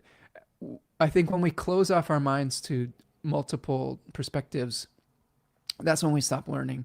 I'm not saying you are. Like you are a very curious learner, and I think that this is just something where we're all kind of in real time discovering what these are going to mean for us. What I will also say too, what I will also offer with that is, there are going to be echoes of some of the historical precedents of Pluto and Aquarius, but we have never lived this particular moment. And the outcomes could be vastly different based on just this moment being very different than that last moment. Tanira Lesa Flores Sores, I think that's it, says, good to listen to you from the south of Brazil. Porto Alegre. Oh, nice. Thank you. Thank you so much, Tanira. This is a new name. I appreciate you joining us today and hope that you're doing well over there in Brazil. We've been talking a lot today, Tanira, about feeling a sense of responsibility as some of us in the Northern Hemisphere for the good health and for the ability to live, with the same rights and benefits as we are here in the Southern Hemisphere, and taking care of our brothers and sisters south of the equator. And I'm just glad to see you here today, and hopefully we'll start to be working together to create a livable planet for everyone, whether we live in South America, North America, Europe, Asia, Australia, etc. So yeah, it's going to take all of us working together to make it happen. So thank you so much for being here today, and appreciate you, friend. Seema says, the origins of astrology may go back further than we think and may challenge more than we realize. Absolutely. Timelines shift when we look at history. 100%. Okay, let's take a look at a couple other details we have here. So we've talked a little bit about Saturn, about the glass ceiling energy. I have this book by Joy Usher, and I want to read a little bit more from this because I think that she is an amazing astrologer. And we've talked about Saturn controlling information, right? And repressing what we think is possible, and we have to break through that. So just to review, Capricorn may be the wall of iron, but Aquarius is the glass ceiling, subtle, tantalizingly close, but often impenetrable because the mind does not believe a breakthrough is possible. She goes on to say on page 181 of A Tiny Universe. She's an Australian astrologer. Love her books. She says, like all intangibles, it does not matter if you cannot see, touch, or feel them. They are a real presence in the mind and are ultimately more formidable of obstacles. Brainwashing, mind control, coercive persuasion, whatever the term, it is designed to change someone's beliefs or attitudes using intense teaching and indoctrination for the purpose of controlling the present and future thoughts and actions of that individual. Saturn's ownership of Aquarius does this by repeatedly telling someone that something is true, creating its own reality. whilst at the same time blocking out or preventing any counter-truth which may destabilize the original information. Nor does Saturn need a dark room or menacing masked torturer to achieve this mind control. Day-to-day experiences can have the same lasting effect on the psyche, and other planets need to be active and present to provide a more balanced and optimistic view of life, to prevent the boundaries for the planet in Aquarius to become insurmountable. So I think this is super interesting to me, especially as we go further and further into becoming a digital society. I think that one really poignant example of this to me is Elon Musk and him taking over the town square on the internet, aka Twitter, now called X. It has become a place where, because he is an autocratic oligarch, he has changed the rules. There is an agreement that's coming into place today that he can utilize all of your pictures and tweets to feed into his new AI model, Grok, right? That it's basically all his property to feed into that machine. And that's a problem for a lot of people, especially artists. And he also potentially might have the ability to limit through the use of algorithms. And this is not just Musk. This has happened in like Facebook, Zuckerberg, like all of these people, like all of the algorithmic tech people have specifically designed the algorithms so that you will see what either they want you to see or force you into echo chambers of what you have told them you want to see. And then you get more and more of that to the exclusion of the other perspective. So we are already in the Aquarian challenge, right? And this is further and further dividing and isolating us, because when you click on something, you're feeding a computer algorithm that says this person wants to see more of this. So I'm going to show them more of this and less of the other perspective. It's very dangerous. It's very dangerous to have your perspective only be through people that you agree with. I tend to be someone that wants to see what the other side, quote unquote, which I think is an illusion, is saying. Like, I don't have to agree with them, but I also don't have to tune them out so that I don't understand what they're on about, right? I think, honestly, if you were a liberal voter in this last election in America, there was a lot of noise coming out from that particular side of the political equation that everything was fine, and that this was going to be a victory for your side, quote unquote, or our side, however you want to see it. And it didn't quite turn out that way. And a lot of it is because there was not, people weren't actually hearing what the conservative side was talking about. Now, I don't want there to be any confusion. I voted for Harris, and I am a liberal person. And if that's a problem, then I hope that you'll continue to listen, because we need to listen to one another. I know that saying that out loud might lose some. This is the problem with Pluto and Aquarius. What if you say your truth out loud? A lot of times what people will do is say, I don't want to hear that truth. This person believes this. I want to close off, and I don't want to hear that perspective. And I would encourage you, if you don't agree with me politically, let's have a conversation and let's talk about it. And I would encourage all of you who do agree with me on some of those values, to engage with people in conversation, to try to find your common humanity. Now, I fully understand that can feel threatening, that there are arguments to be made where you say, well, if that person doesn't even respect my right to be, or my safety, or my right to be on this earth, then what conversation is there to be had? And in some cases, you're probably right. But I think leaving the door open for discourse is going to be important as we move forward in the quote unquote Pluto and Aquarius timeframe.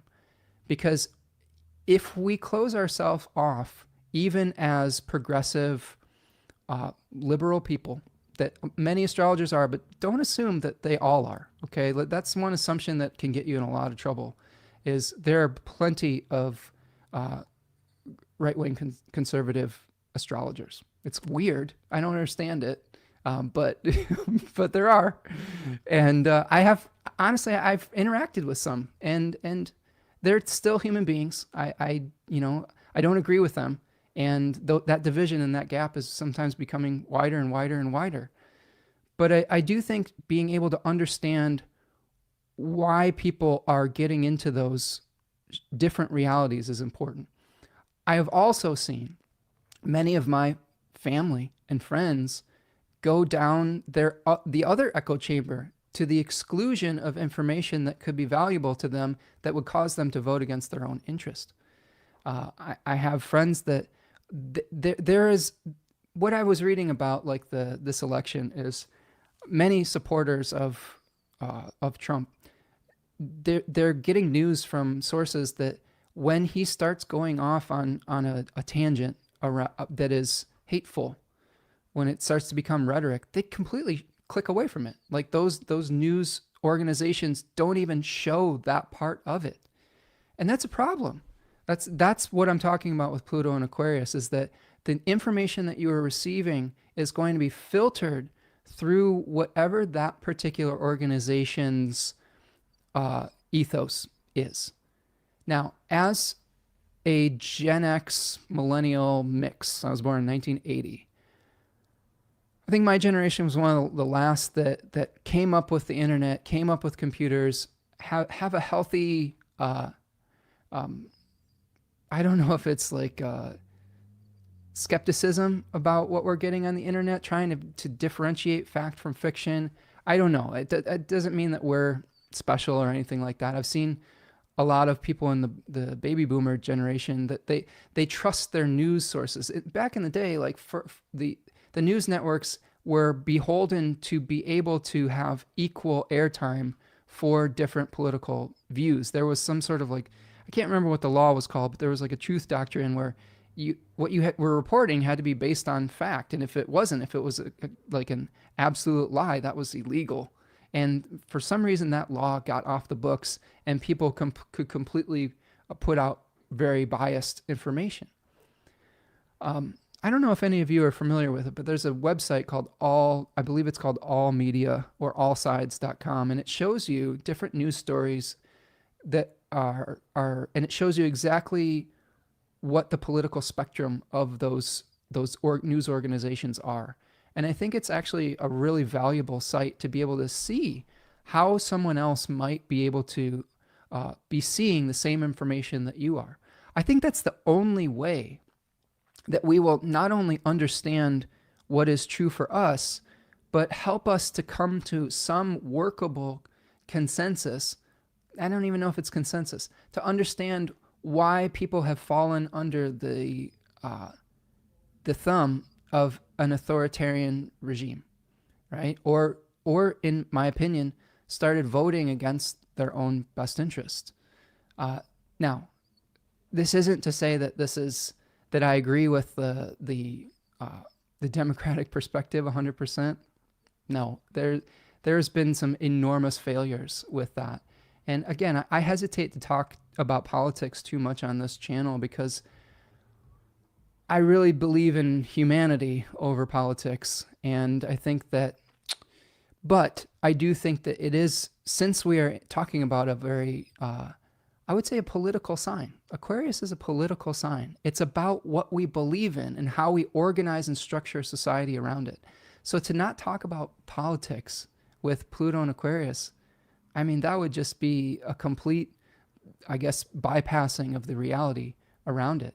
So, but I do think that what we will have to do is be open to at least understanding how we got to this point. And you can't make changes, or you can't like draw people back in to sanity if you've completely ignored how they got to that place in the first place. If you only go in your own echo chamber, what you're doing is you're pushing that other perspective further and further and further to the fringe and to the extreme. And they will feel just as isolated and as out of touch and exiled as you might, not being part of what they believe. And as we get further on these opposite polar spectrums of belief, it becomes harder and harder to find some kind of consensus reality to organize a society around. So my plea to you with Pluto and Aquarius, especially the first one, at least make an attempt to understand where someone that you disagree with is coming from. That doesn't mean you endorse it. That doesn't mean that you sit by while they're perpetuating abuses of your fellow person, and that you are quiet about that you can't push back on it. But at least take the time to understand it. Because if you are shutting yourself off, and this is so easy to do, like I hear people say, I don't watch the news anymore for my sanity.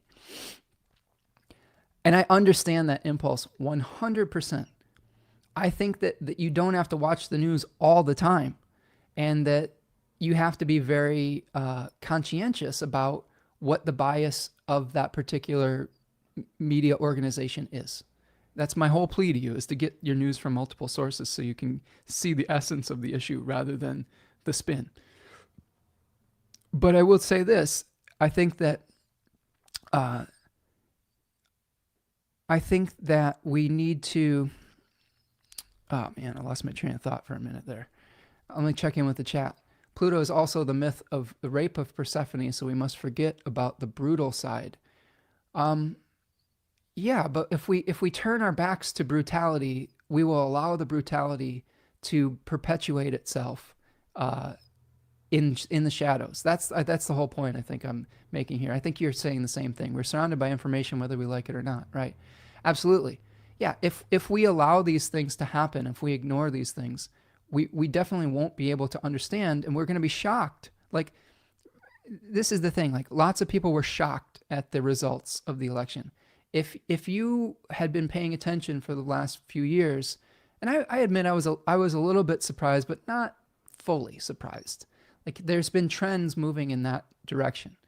And then Corey says, Jupiter and Gemini encourage us to get curious. Absolutely. So being able to understand multiple perspectives, not allowing whatever we consider to be inhumane to go on in the shadows. We have to stay present. This is bringing the chain of thought back. If we close ourselves off to the news and we say it's too painful, and trust me, it's painful. I'm watching cabinet appointments this week, and I'm like, this is a circus, you know? Like, you're appointing sex offenders to the Attorney General. You're appointing, potentially someone who barely graduated high school to the Department of Education head. You're appointing someone who has what I consider very dangerous viewpoints on medicine to the Department of Health and Human Services. It's wild. And you can agree or disagree with me on any of it.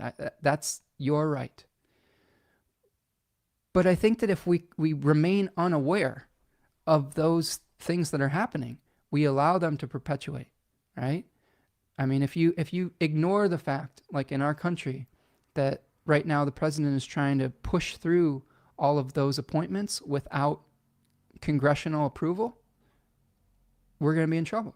But if you become aware of it, then you understand what you need to do to organize against it.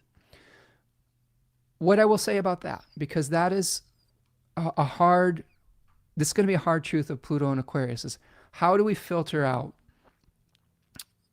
noise while still being present? Because there will be, I firmly believe that with Pluto and Aquarius, that the information that we get is going to be heavily, heavily filtered through whatever potential agenda is in the interest of the controlling distributor of that information. So Jupiter in Gemini is, at this point, we are going to have to get curious, and we're going to have to, I hate saying this word because I think that there's a balance to this, but I do think we will have to, quote unquote, do our own research without losing faith and trust in any source of information. Because if we go to that extreme, what happens is we become incessant conspiracy theorists that don't trust any source of information. And that can be equally as dangerous as actually having meaningful discourse about where your sources are coming from, if that makes sense. I don't know how to say this in a balanced way, because I'll tell you what, there's nothing that really bothers me more than the conspiracy theorists that have thrown all common sense out the window. It really bugs me. I will say that. I'm not a conspiracy theorist. I have a healthy skepticism of things, but I think that when we go in that opposite extreme, horrible things can happen in that regard as well. So how do we stay present? Let's talk about this. Let's see. So we've got some comments around the scandals with like sex trafficking and things like that. Like, yeah, it's tough. They're horrific facts, and the powers that be want to slide a lot of that kind of stuff under the rug and confirm people that potentially are not great people. And it's frustrating. And a lot of the things that were promised to people in various elections, they were lies. And that's going to be frustrating when people start to wake up to that reality. So how do we find truth?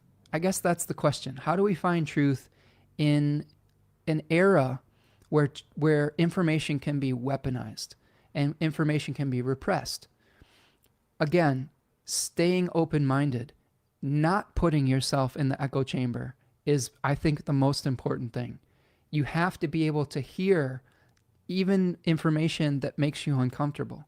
That's the bravery. That's the courage that comes in.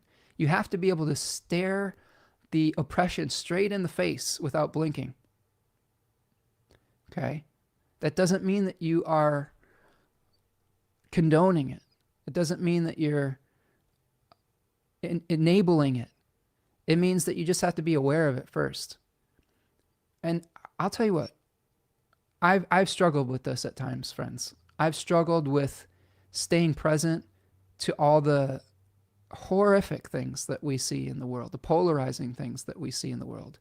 I really struggled with it when I was in college, when I was learning about things like the School of the Americas. If you're not familiar with that, there was a military school that trained Latin American regimes to help perpetuate American interests, and created a lot of atrocities and probably continued to do so. I don't know if that school is still active or not, but this was something I was learning in a really interesting sociology and political science class.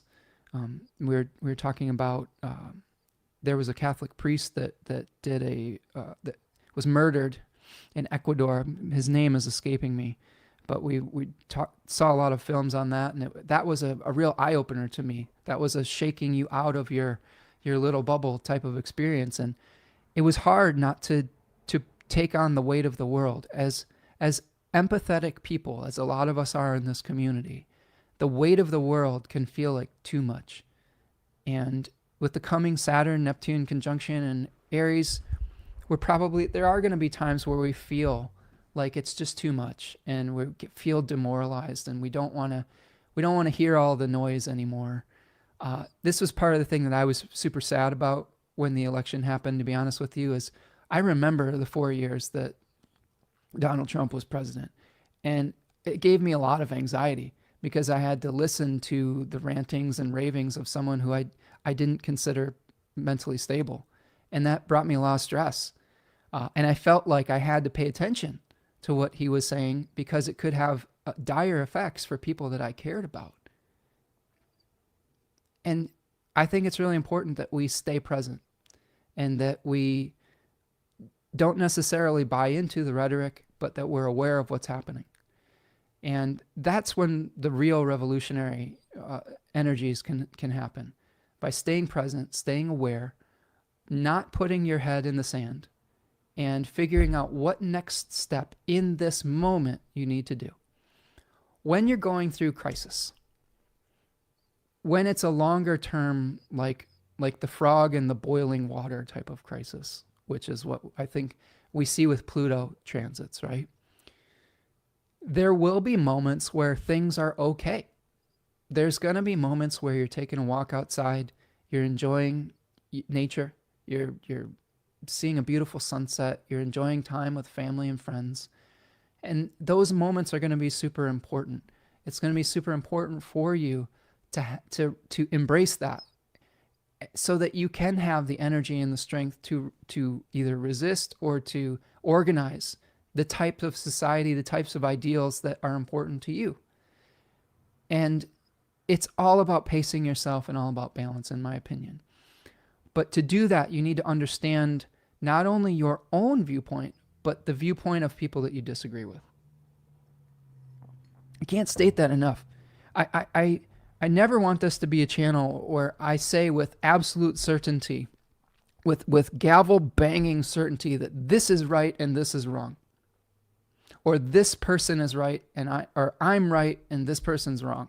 More so that there's some things we can agree on that are wrong, but I don't want to. You can do that with the ideal, but resist doing that with the person. Do you see what I'm saying? Resist the ideal, leave space for the person, for the human being sitting across from you. It's super important. All right. Let's see.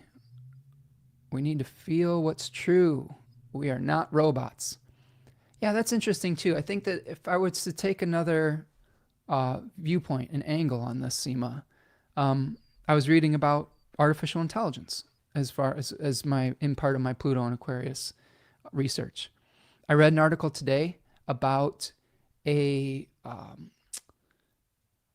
chat GPT bot that a college researcher was conversing with about aging, and the bot told that person that they should end their life.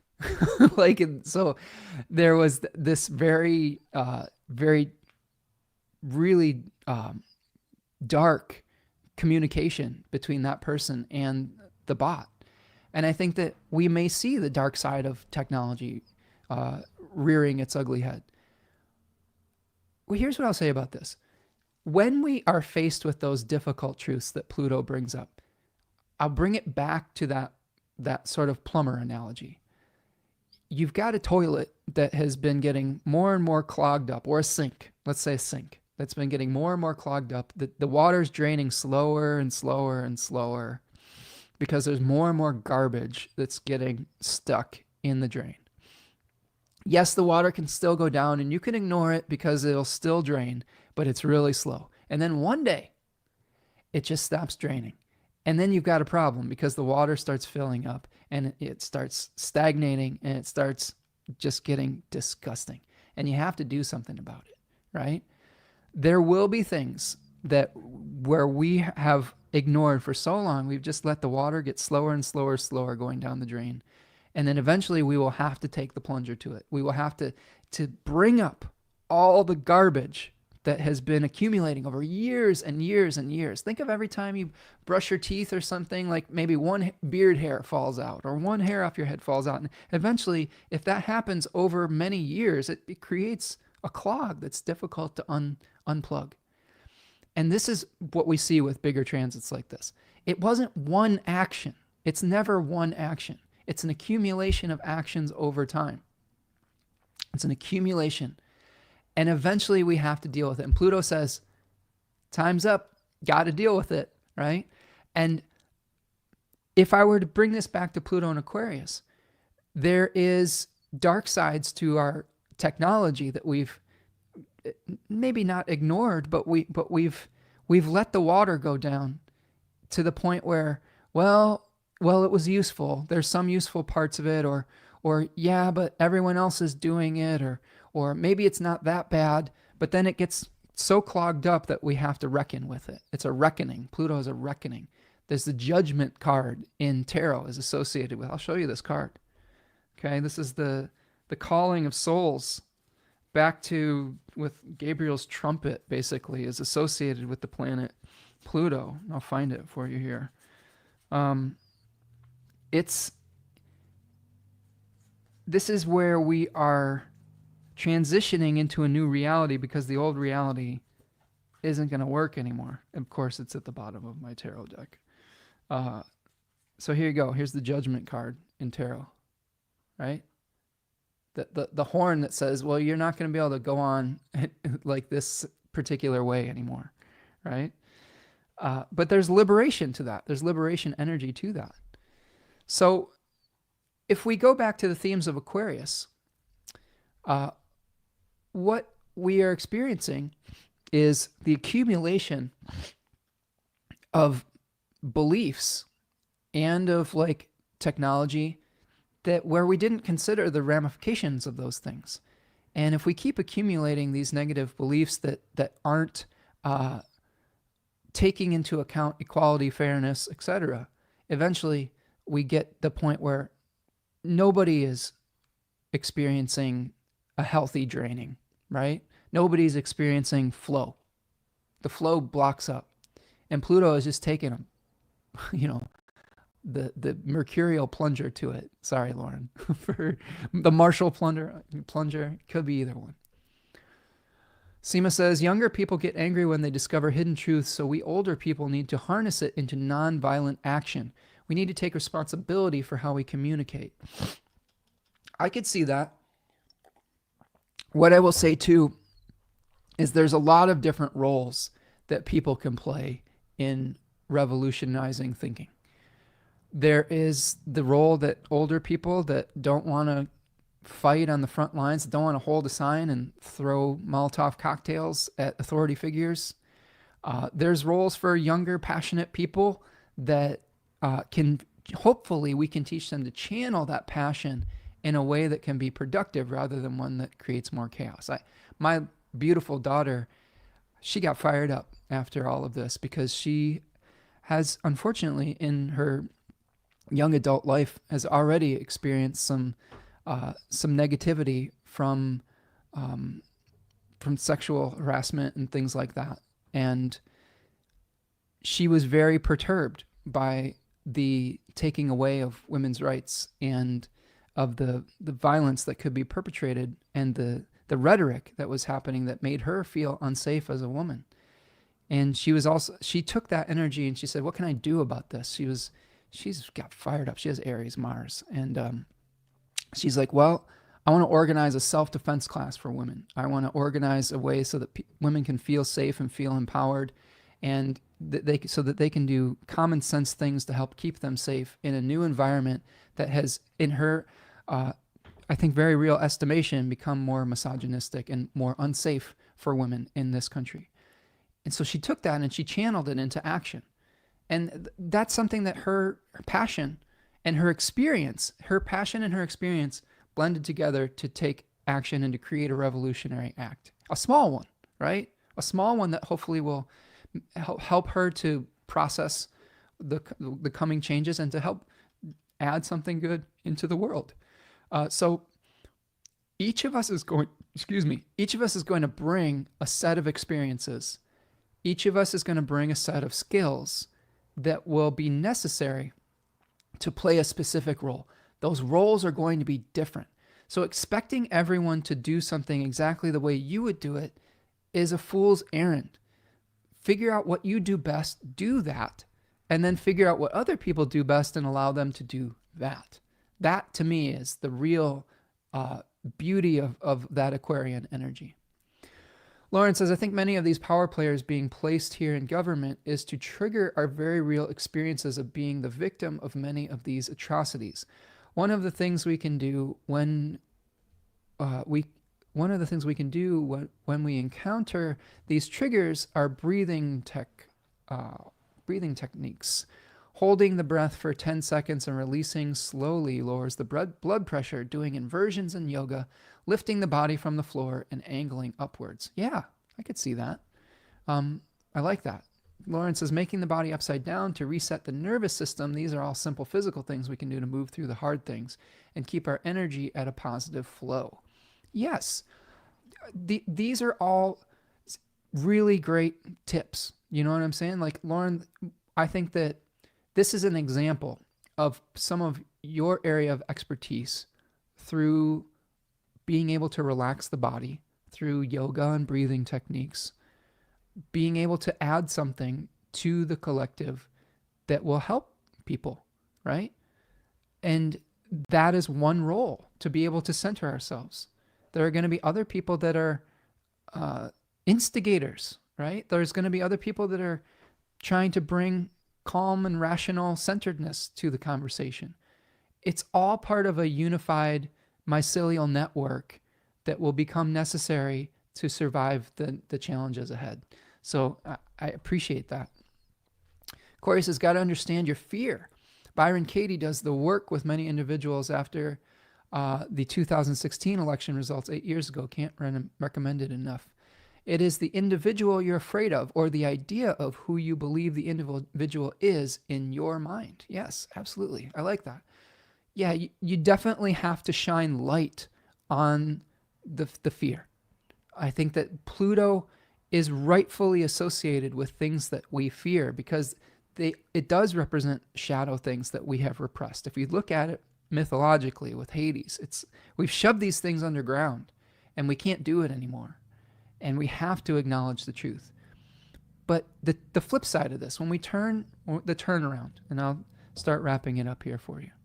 The turnaround is that when we do start to acknowledge these challenging truths, when we do start to see and really engage with our worlds and offer our own unique perspective and skill sets, we start to banish some of that fear through understanding. Things are a lot scarier in the dark. When we were young, the things that we didn't understand were the things that we were scared of. That's why I encourage you not to get into your echo chamber, because it will be harder and harder for you to understand the things that you fear. If you start to understand that which you fear, you will be able to move forward with it and hopefully create change from it. Seema says, energy healing through breathing is powerful, working on panic healing. It is spreading. Love and joy kill fear. I like that. And I think we will see this with our I Ching here today as well. So let me just check in. What I'll do is I'm just going to go very quickly through a couple other things. You know, Pluto is going to be hosted by Saturn in Pisces up until next May. So just in the very short term, Saturn stationing direct today is in Pisces and showing us the limitations to some of our dreams. Some of our dreams are passing away, and that we're going to have to formulate new dreams with what is possible within the new circumstance. If we hold on to what the old dream, okay, and now we aren't acknowledging the new reality that we find ourselves within, that can lead to trying to bang our heads against the brick wall over and over and over again.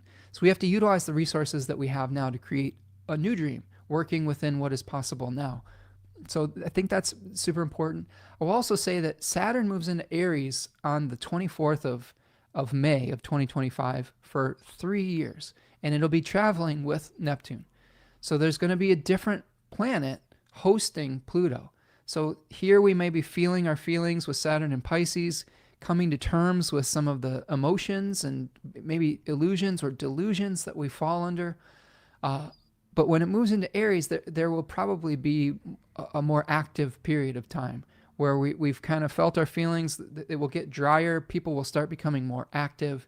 Maybe even our fire will start to return potentially. We'll have to start to take action on some of the ideas that are formulating in the couple months ahead. Just the week ahead here, just to bring it back to the present, happy full moon today with conjoining Uranus. We have Saturn stationing direct today. Venus is going to square the nodes, and Sun is going to oppose Uranus over the weekend. So some turning points for our Venusian energy. and some shocks of awareness coming with Sun opposite Uranus. On the 18th, Mercury is opposing Jupiter retrograde, and the Sun will trine Neptune. So we may have to have some tough conversations, and we have to make sure that we're becoming clear with our understanding of who we are within this new reality. And then finally, we have our Pluto ingress into Aquarius on the 19th, just a few days away. While the Sun ingresses into Sagittarius on the 21st. And then we have our last quarter moon on the 22nd with 1 degree Virgo moon squaring the 1 degree Sagittarius sun. And then finally for this month, we have Mercury stationing retrograde at 22 degrees of Sagittarius on the 25th. That's on a fixed star closely related to the medical field. Asclepius is the constellation that fixed star is in. Ras Al Haig, I believe, is what that fixed star is called. So there may be a medical challenge that comes up around this, maybe with potentially some information about new medicines or new diseases that we have to overcome. So keep your eyes peeled for that. I would say also that decan of Sagittarius shows us about the burdens that we carry that are heavy, trying to get something towards completion. So we may be asking some questions about which loads we need to carry and which ones we need to delegate and to give to someone else. We can't try to carry the entire weight of the world on our shoulders. Pluto in Aquarius is going to show us that we can't do this alone, that we have to cooperate with one another just for the survival of our species moving forward. It's really that simple. All right. So, friends. Hey, Bonnie's here. What's up, Bonnie? Says, just hearing your voice soothes my rattled nerves. Glad to catch you. Oh, Bonnie, I appreciate that, friend. I'm doing my best to contextualize some challenging astrology today. I'm trying not to beat around the bush. I think that there are some, to be able to get to the prosperous times that I hope are coming with equality and liberation, we will have to overcome some challenging things. And sometimes things in this life don't come easy. And I hope that through understanding what we're up against, it will be much easier for us to move through it gracefully and to do what needs to be done and to play our specific role within it by identifying some of the challenges that Pluto and Aquarius could bring up through oppression of information, through echo chamber type experiences. We can counteract that by being open to multiple viewpoints, by trying to understand an issue multifacetedly, by asking questions on whether the technology that we're creating is actually serving us or if it's actually separating us. And those are questions that we will have to continue to ask as we unclog the Aquarian pipes, so to speak, and start getting the pure, sweet water flowing once again. This is an Aquarian theme. This is purified fresh water from salt water that we see in Aquarius. There's so many flood myths with Aquarius. You can think of also like Hercules diverting a river to clean stables that have accumulated 1,000 years worth of cow dung. That's the type of energy we're working with here. And it's messy. You know, the washing out, the cleansing is messy sometimes. But I think working together, we can get through it, and hopefully we'll get through it peacefully and find some joy in the process as well. Yeah. Seema says some laughter will come into play with the festive season. I hope so. Indeed, right? Indeed, Bonnie. Seema says, I think Mercury and Jupiter in these two signs and mutual reception will lighten the mood. I hope so. I think we need little breaks.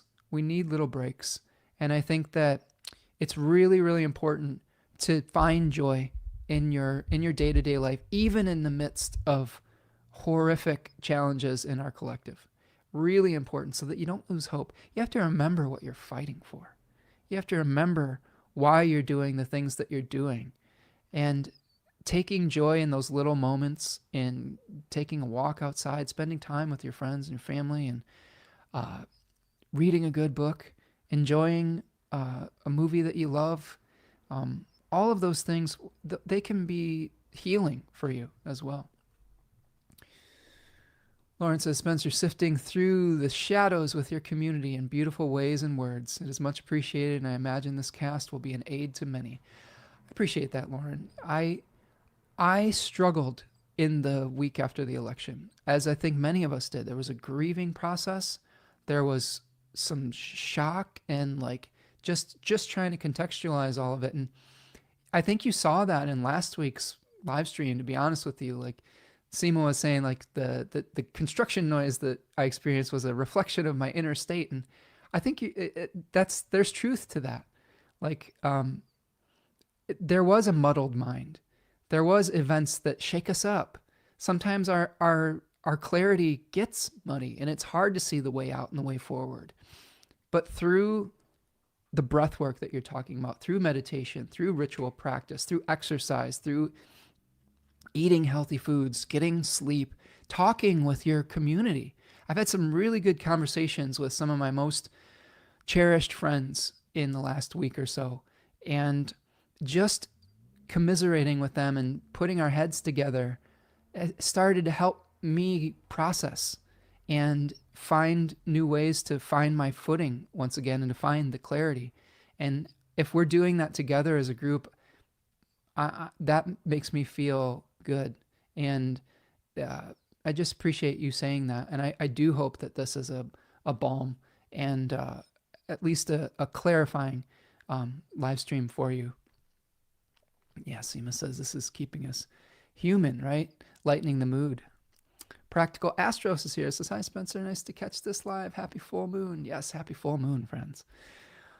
Okay, so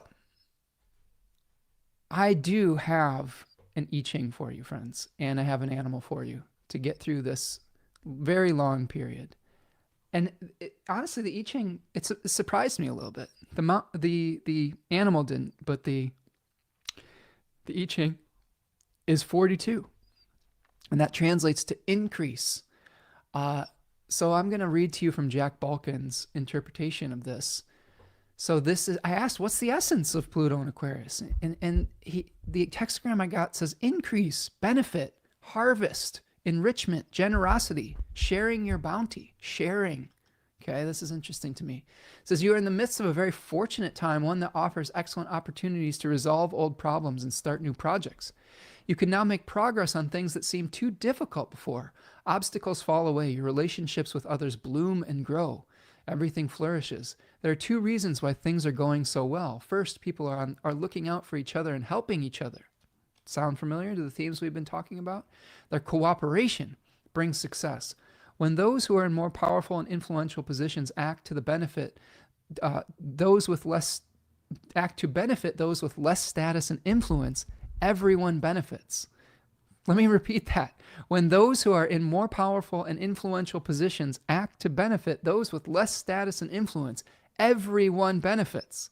When people feel that those in charge have their interests at heart, they will willingly cooperate in even the most ambitious projects, and even the most difficult tasks can be completed successfully. So coming together, and there's two changing lines here that will bring further context. The second line says, someone increases him like 10 pairs of tortoise shells. It cannot be opposed. Constant perseverance brings good fortune.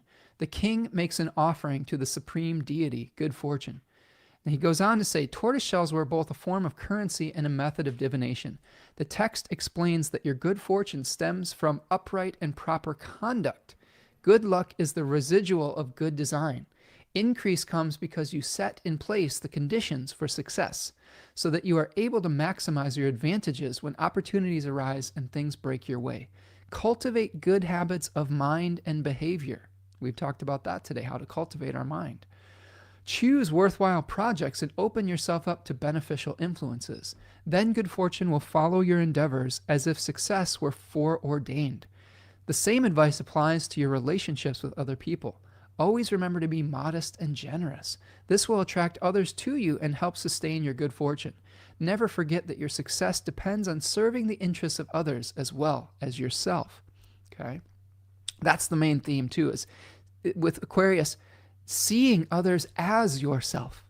Seeing that the actions that you take to benefit someone else is actually giving yourself love, right? This is important because of our connectedness to one another. So the changing line in the fourth place says, he walks in the central path and reports to the Duke, who follows his advice. It is beneficial to use this in order to move the capital city. All right, this one I think is important. It says, moving the capital city was an especially difficult and important undertaking, which would only be entrusted to the most able and reliable persons. As in the previous line, to walk in the central path means to be principled and modest, but also it means to be positioned between the authorities who plan and those who carry out the plan, to be an intermediary or a go-between. This is very Aquarius 2. Okay, this is the second decan of Aquarius. If you find yourself in the role of mediator between two different sides or between two different groups of people within an organization, make sure that you are objective and fair to all concerned. Make clear to all sides how they can profit from cooperating and work to ensure that everyone does in fact benefit. Emphasize to those in authority the importance of spreading benefits widely to those below, and emphasize to those below the importance of commitment to a common enterprise and cooperation with those in authority. This to me is super important. This is why I've encouraged you today to try not to demonize your fellow countrymen, your fellow human, even if they voted against your interest, or even if they voted against your safety. And I know that that's tough to accept. And this is by no means condoning the negative behaviors that people actively voted for. But if you understand why someone might have voted in that regard, and not every single person who voted against your interest is, the worst of those ideals or ideological things, and understand what brought them to that moment, it's so much easier to call them in and learn how to find cooperation and find that common ground. And I know that there's going to be extreme viewpoints that might push back on that, and you are entitled to that opinion, and we can discuss it, right? Hopefully. But I think that showing people why it's important to cooperate with one another, how everyone can benefit through having a shared value system. And I think that, honestly, to me, it begins and ends with taking care of this beautiful planet.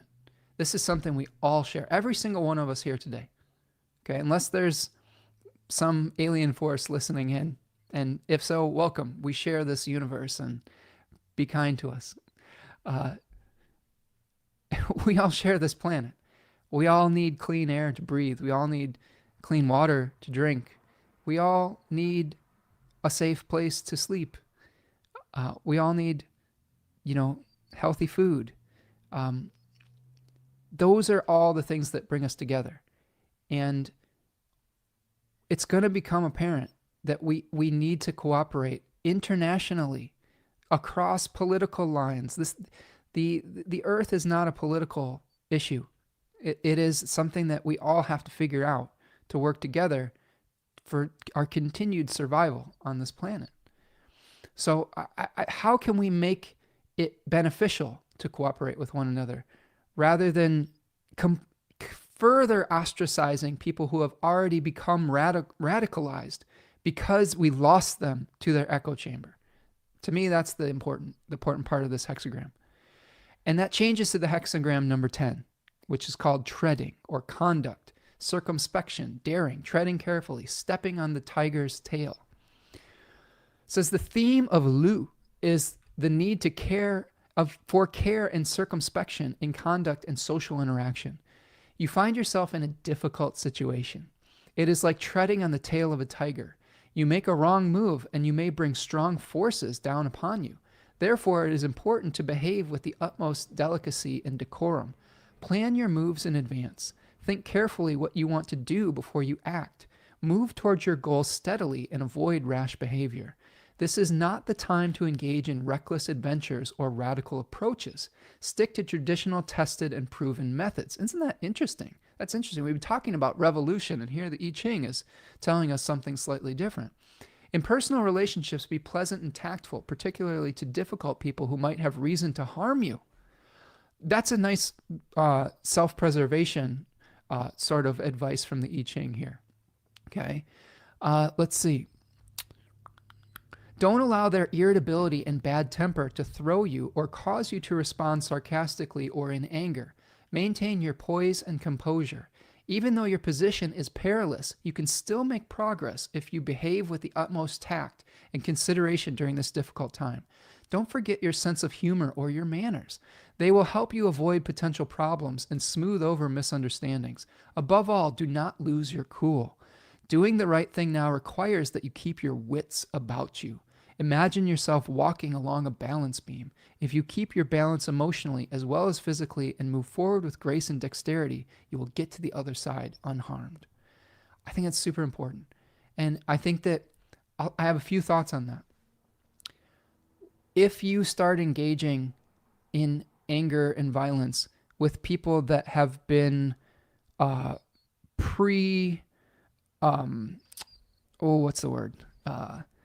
that have been riled up towards anger and violence, all you're going to do is put a match on the powder keg. You're going to have to meet it with almost the opposite energy, in my opinion, for our own safety.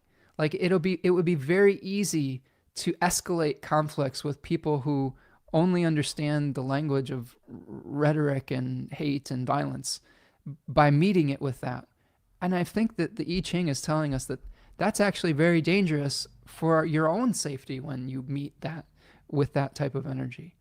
I like to think about this next few years as an Aikido master. What you're doing as an Aikido master is you're using people's energy sort of to move in directions that will disarm them, okay? But also do it in a way that where you are maintaining your own sense of safety and security, and you're doing this in a way that is utilizing their energy to flow in sort of the opposite direction. And to me, that's going to be really important for our own survival moving forward, because if we try to meet these things head on, especially, please hear me with this. When you try to meet those forces head on, when those forces are the empowered, like that is a recipe for losing. You have to be strategic about these things, is what I'm saying.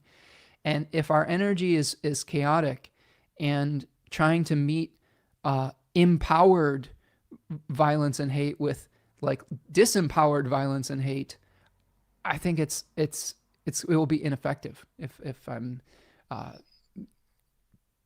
saying that correctly or communicating that correctly. Corey says, this resonates. I was offered a job this morning after about 6 to 8 weeks of feeling panic about my lack of employment. Things improved when I reached out to others for help. Absolutely. Instead of self-flagellating and thinking I need to do it all myself. It's so important. It's going to be a huge thing moving forward. We don't have to face these horrors alone. We are going to be able to do it together. As an Aquarius moon, Corey goes on to say, conjunct Saturn, this message reminded me of my power to build bridges of cooperation across ideological disputes, chasms. Yes, totally. How can we become bridges to those disputes? Now, again, I have seen people who push back against this type of thinking, like how dare you build a bridge with someone who would want to take away your rights? To me, I don't know if there's any other way. Like you have to understand that they are you and you are them, and their actions affect you, and to be able to understand them and to hopefully by understanding what you're up against, to disarm it. Again, like the Aikido master, to disarm that way of thinking. Let me give you an example of this. This is such a powerful example. There was a black gentleman, I can't remember his name, but he was a musician. He was a jazz piano player, and he had experienced racism in the South, etc. And he ended up starting to have conversations with white supremacists. And what he realized in these conversations, he would talk to them. They would connect over music, and then when those people got to know him as an individual, many of their ideologies completely changed, completely shifted, because they had never experienced a black man as a human being. They had only experienced him as an ideal, and an ideal that they were afraid of. So if you go and you humanize these relationships with people, instead of keeping them as an ideal that you are trying to rail against, you can change hearts and minds through your shared humanity. To me, it's so important. That is so important. It's so powerful. That story always gets me choked up. You know, the fact that they humanized one another and completely changed their viewpoint on something that you would think could be very difficult to change. This is the glass ceilings we have to bust through. How can we change these hearts and minds through that bridging? Practical Astro says, I'm in Asheville. A silver lining from Hurricane Helene is that our community's response to take care of itself by taking care of each other feels like the capacity of the best from Pluto and Aquarius can be. Totally. And this is what our good friend, Mr. Rogers, Fred Rogers, said. Look for the helpers. When you're going through crisis, look for the helpers. And there always will be that. There's always the opportunity to be that or to look for that support. And you're much stronger together. I know that I've experienced, smaller crises. Like our power was out for a week here, and I did rely on my neighbors quite a bit. And you do come together in those moments. And that is a true silver lining of some of this, is through shared crisis experience, we can be able to unify stronger. Seema says, only loving friends can put us back on the right track when we make mistakes. So we need to speak to those most opposed to our principles to engender basic humane attitudes. Yes. She says, it leads to slaughter if you meet fire with fire. Move out of the way of danger rather than confront a maniac. Amen to that, Seema. I 100% agree. And again, let's be Aikido masters within this. And again, that doesn't mean that you have to condone people's negative behavior. You move out of the way of someone who's trying to, throw a punch at you. See what I mean? You don't let them hit you in the face. You dodge. And then you pull them to the ground, and then you help them up, and you say, hey, let's figure this out. All right? I see them like zombies to a cult, and my coming together energy is with who they are and not when they're not under that spell. I agree 100%, Bonnie. I have seen this firsthand. I have seen good people become radicalized and under what seems to be under a spell. I agree 100%. That means that spell can also be broken. And that means that there once was a good person, quote unquote, a good person underneath that before they got radicalized by the echo chamber. I'm telling you, people, that there is a completely different reality that people who believe some of those things and vote a certain way are living. Just like there's a completely different reality for people on the extreme progressive and left side are living if they have put themselves into the echo chamber. Do you see what I'm saying? Like it definitely goes both ways. And the point is there needs to be dialogue, not echo chambers. Pete Buttigieg recently spoke about working together with a lawmaker who voted against his right to marry his partner the very same day they went out to lunch. See, this is the type of thing that we have to do to avoid greater and greater divide and division. Not going to be easy, especially when you see people voting against and losing rights. It's very, very hard. And I get it. It's easy for me to sit here, a white man, okay, like to say this. It's easy. But I'm in a serious long-term relationship with a black woman, okay? And so I have vested interest in her safety and the people in my community's safety. I live in one of the most progressive cities in Michigan, full of LGBTQ plus people. This is a very queer-friendly city. They're my friends. They're my neighbors. Like, I have a vested interest in their safety. So how can you be an ally to people, even if they don't have the same interests or beliefs or identities that you do? They're still your neighbors. They're still your brothers and your sisters. They're still people that are worth defending.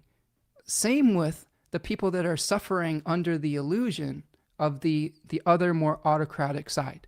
those people are suffering too. They are victims too of an oligarch who has lied to them. And if you see them in that regard, that's how you can draw them back into to be able to tap into their better nature that is through kindness and peace and helping each other, rather than demonizing the one particular group. Because what's happened is they've been radicalized to demonize something other than the billionaire class. They've turned, I love this quote. They have tried to turn a class war into a culture war. And that is important. Like, they want the very powerful, like, rich folks that have consolidated the wealth in this country have tried to distract people through culture wars from the consolidation of wealth while they strip everyone of their resources. That's the problem.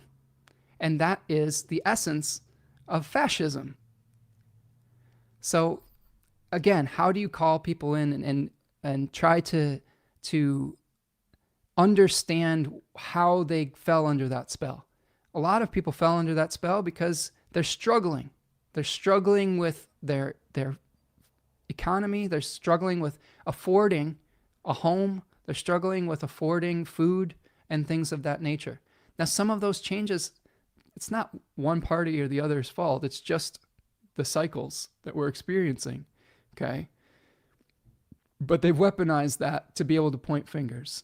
And how do you to understand what those people are feeling threatened by and help alleviate those concerns so that they don't have to point the fingers to vulnerable, even more vulnerable populations?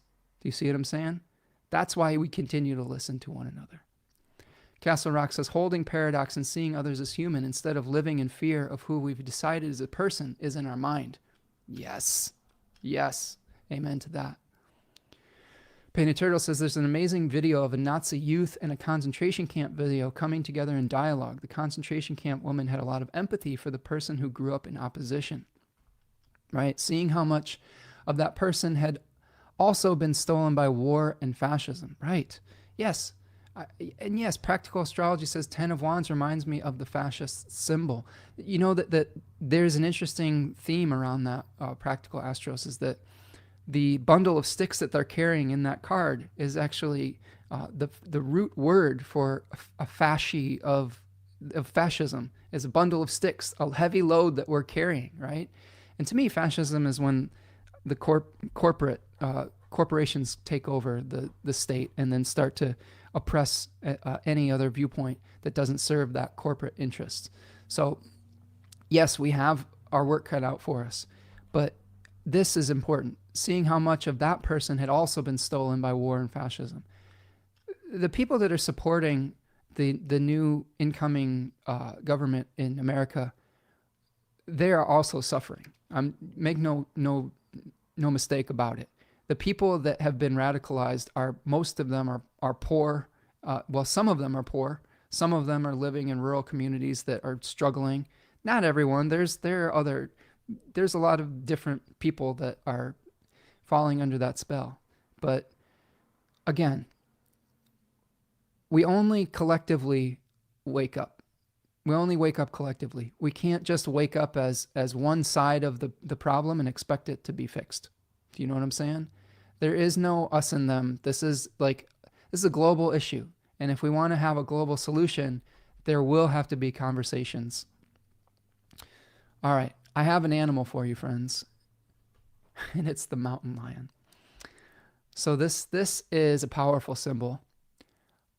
This one's really special and dear to me. This is the animal that I most relate to as a spirit guide. I've had a lot of interactions with this animal. This is, as a Leo ascendant, this is the lion of North America. And the lessons of this animal have been really prevalent in my life. And one of those lessons is leadership without insisting that others follow. It's a tough lesson. I've learned really hard lessons with it as I've gone through my life. I used to be, I would insist on what I thought was right in life. I got really upset with the atrocities of the world, and I would demonize other viewpoints. With that, I would say, an example of this. I was a vegan at one point in my life, and I would get really angry at Thanksgiving when people were eating turkey. And I became very militaristic about it, insisting, be like, do you know all this and that? And I'd just bludgeon people over the head with the horrors of industrial farming, which are legitimate. Let's not beat around the bush with that. But it didn't draw anybody in, and it didn't change hearts and minds. And eventually, I actually changed my perspective on that whole thing. I recognize that to live on this earth, we do consume things. It doesn't mean that we have to support industrial farming. It just means that there are ways to choose to eat that are ethical, that don't necessarily only involve veganism. And I think that, to me, what happened with that was that trying to elevate one life form over another didn't make sense to me anymore. What made the life of the plant more valuable than the life of the animal, or less valuable than the life of the animal? And that shifted my viewpoint on things. Now, we can make some arguments about, greenhouse gases and things like that. That's a talk for another day. I think the mountain lion shows us how to live our truth, and then people can choose to follow us or not, right? We state who we are, we feel confident in who we are, and then we don't necessarily have to insist that other people get on board. They will either follow us or they will go their own way. Mountain lion is an animal that is able to stalk what it wants stealthily. I think it's very important that we learn some stealth in the years ahead. There potentially could be times where being overly aggressive, even in service of positive change, could be dangerous. So we have to learn ways to engage with this in a way where we can preserve our safety regarding it, which doesn't mean that we're not being courageous. The mountain lion shows us how to be courageous. We're just being efficient with our energy so that we're not wasting our energy on a premature conflict, right? So mountain lions also are somewhat, the interesting thing about this is mountain lions are kind of solitary creatures. They need large territories. So how can you explore your territory while also maybe figuring out how to avoid conflicts with other mountain lions who are exploring their territory? Really interesting meditation here today with this. But I do think that what mountain lion teaches us baseline is confidence, healthy, benevolent leadership, right? Moving away from authoritarianism and learning that the greatest leaders are ones that are leading in service of their communities. It is not necessarily leading in service of the self. And I think the greatest leaders can show you that, as you will eventually lose the faith of those who you are trying to lead if they recognize that all you're doing is leading in a self-serving way. So always keep in mind how your leadership benefits the people that you are serving. And I think that we'll get through this Pluto and Aquarius time period intact. Bonnie says, yes, confident leadership isn't shouting, follow me, follow me. It's just leading the way. Absolutely. And again, people can choose to follow or not. You have to let them go their own way and circle around. I'm learning this as a parent of a 20-something-year-old. I'm seeing my daughter go through a lot of different explorations in her life. Some more self-focused and some more communal focused. And I've had to sort of learn how to let her go on her journey and watch her circle back around to communal leadership after discovering who she is and what her unique talents and roles in it. She posted this beautiful little reel today that were affirmations about some of her strengths, and her strengths are that she's passionate about what she cares about things. She shows up for life. She gives a shit is what she said, and she's willing to do the work. And those are her superpowers. And she's a Leo ascendant. It's almost the same degree as me with a Capricorn sun and a Sagittarius moon. So she has this passionate belief, but shows up for the work. And I think she's learning too where her role in all of this is and what it means to be a leader and in service of her community. And it's so encouraging to see a young person who's gone through a lot in her life still take on the mantle of leadership to help her fellow community and citizens to find the way forward and the way through. And we all are going to have our roles within this, and it's going to look different. It's going to look different for each one of us. So, friends, that's what I've got for you today. I so very much appreciate all of you. Do me a huge favor. Be sure to like and subscribe the video today. That helps us get the message out to more people, maybe draw more people in, whether they agree with us or not.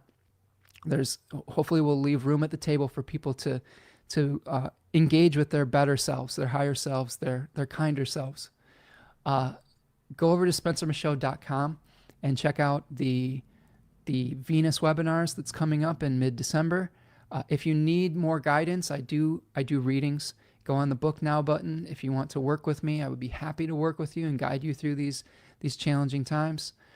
You can also follow me on social media at Spencer Michaud on Instagram, Twitter, Threads, and now on Blue Sky. If you want to find me there, I post over there as well. So that's what I've got for you today. Thank you so much for being here. Thank you for your continued support. Appreciate all of you.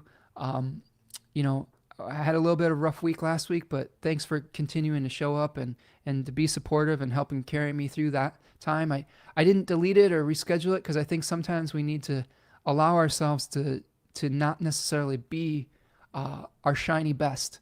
And I think it's important to still hold space for each other even in those moments. And you did that for me, and I just want to thank you for that. Corey says, thank you for your courage, Spencer. Can't tell you how healing tuning in today has been. Thank you all. This is such a beautiful and kind community to be a part of.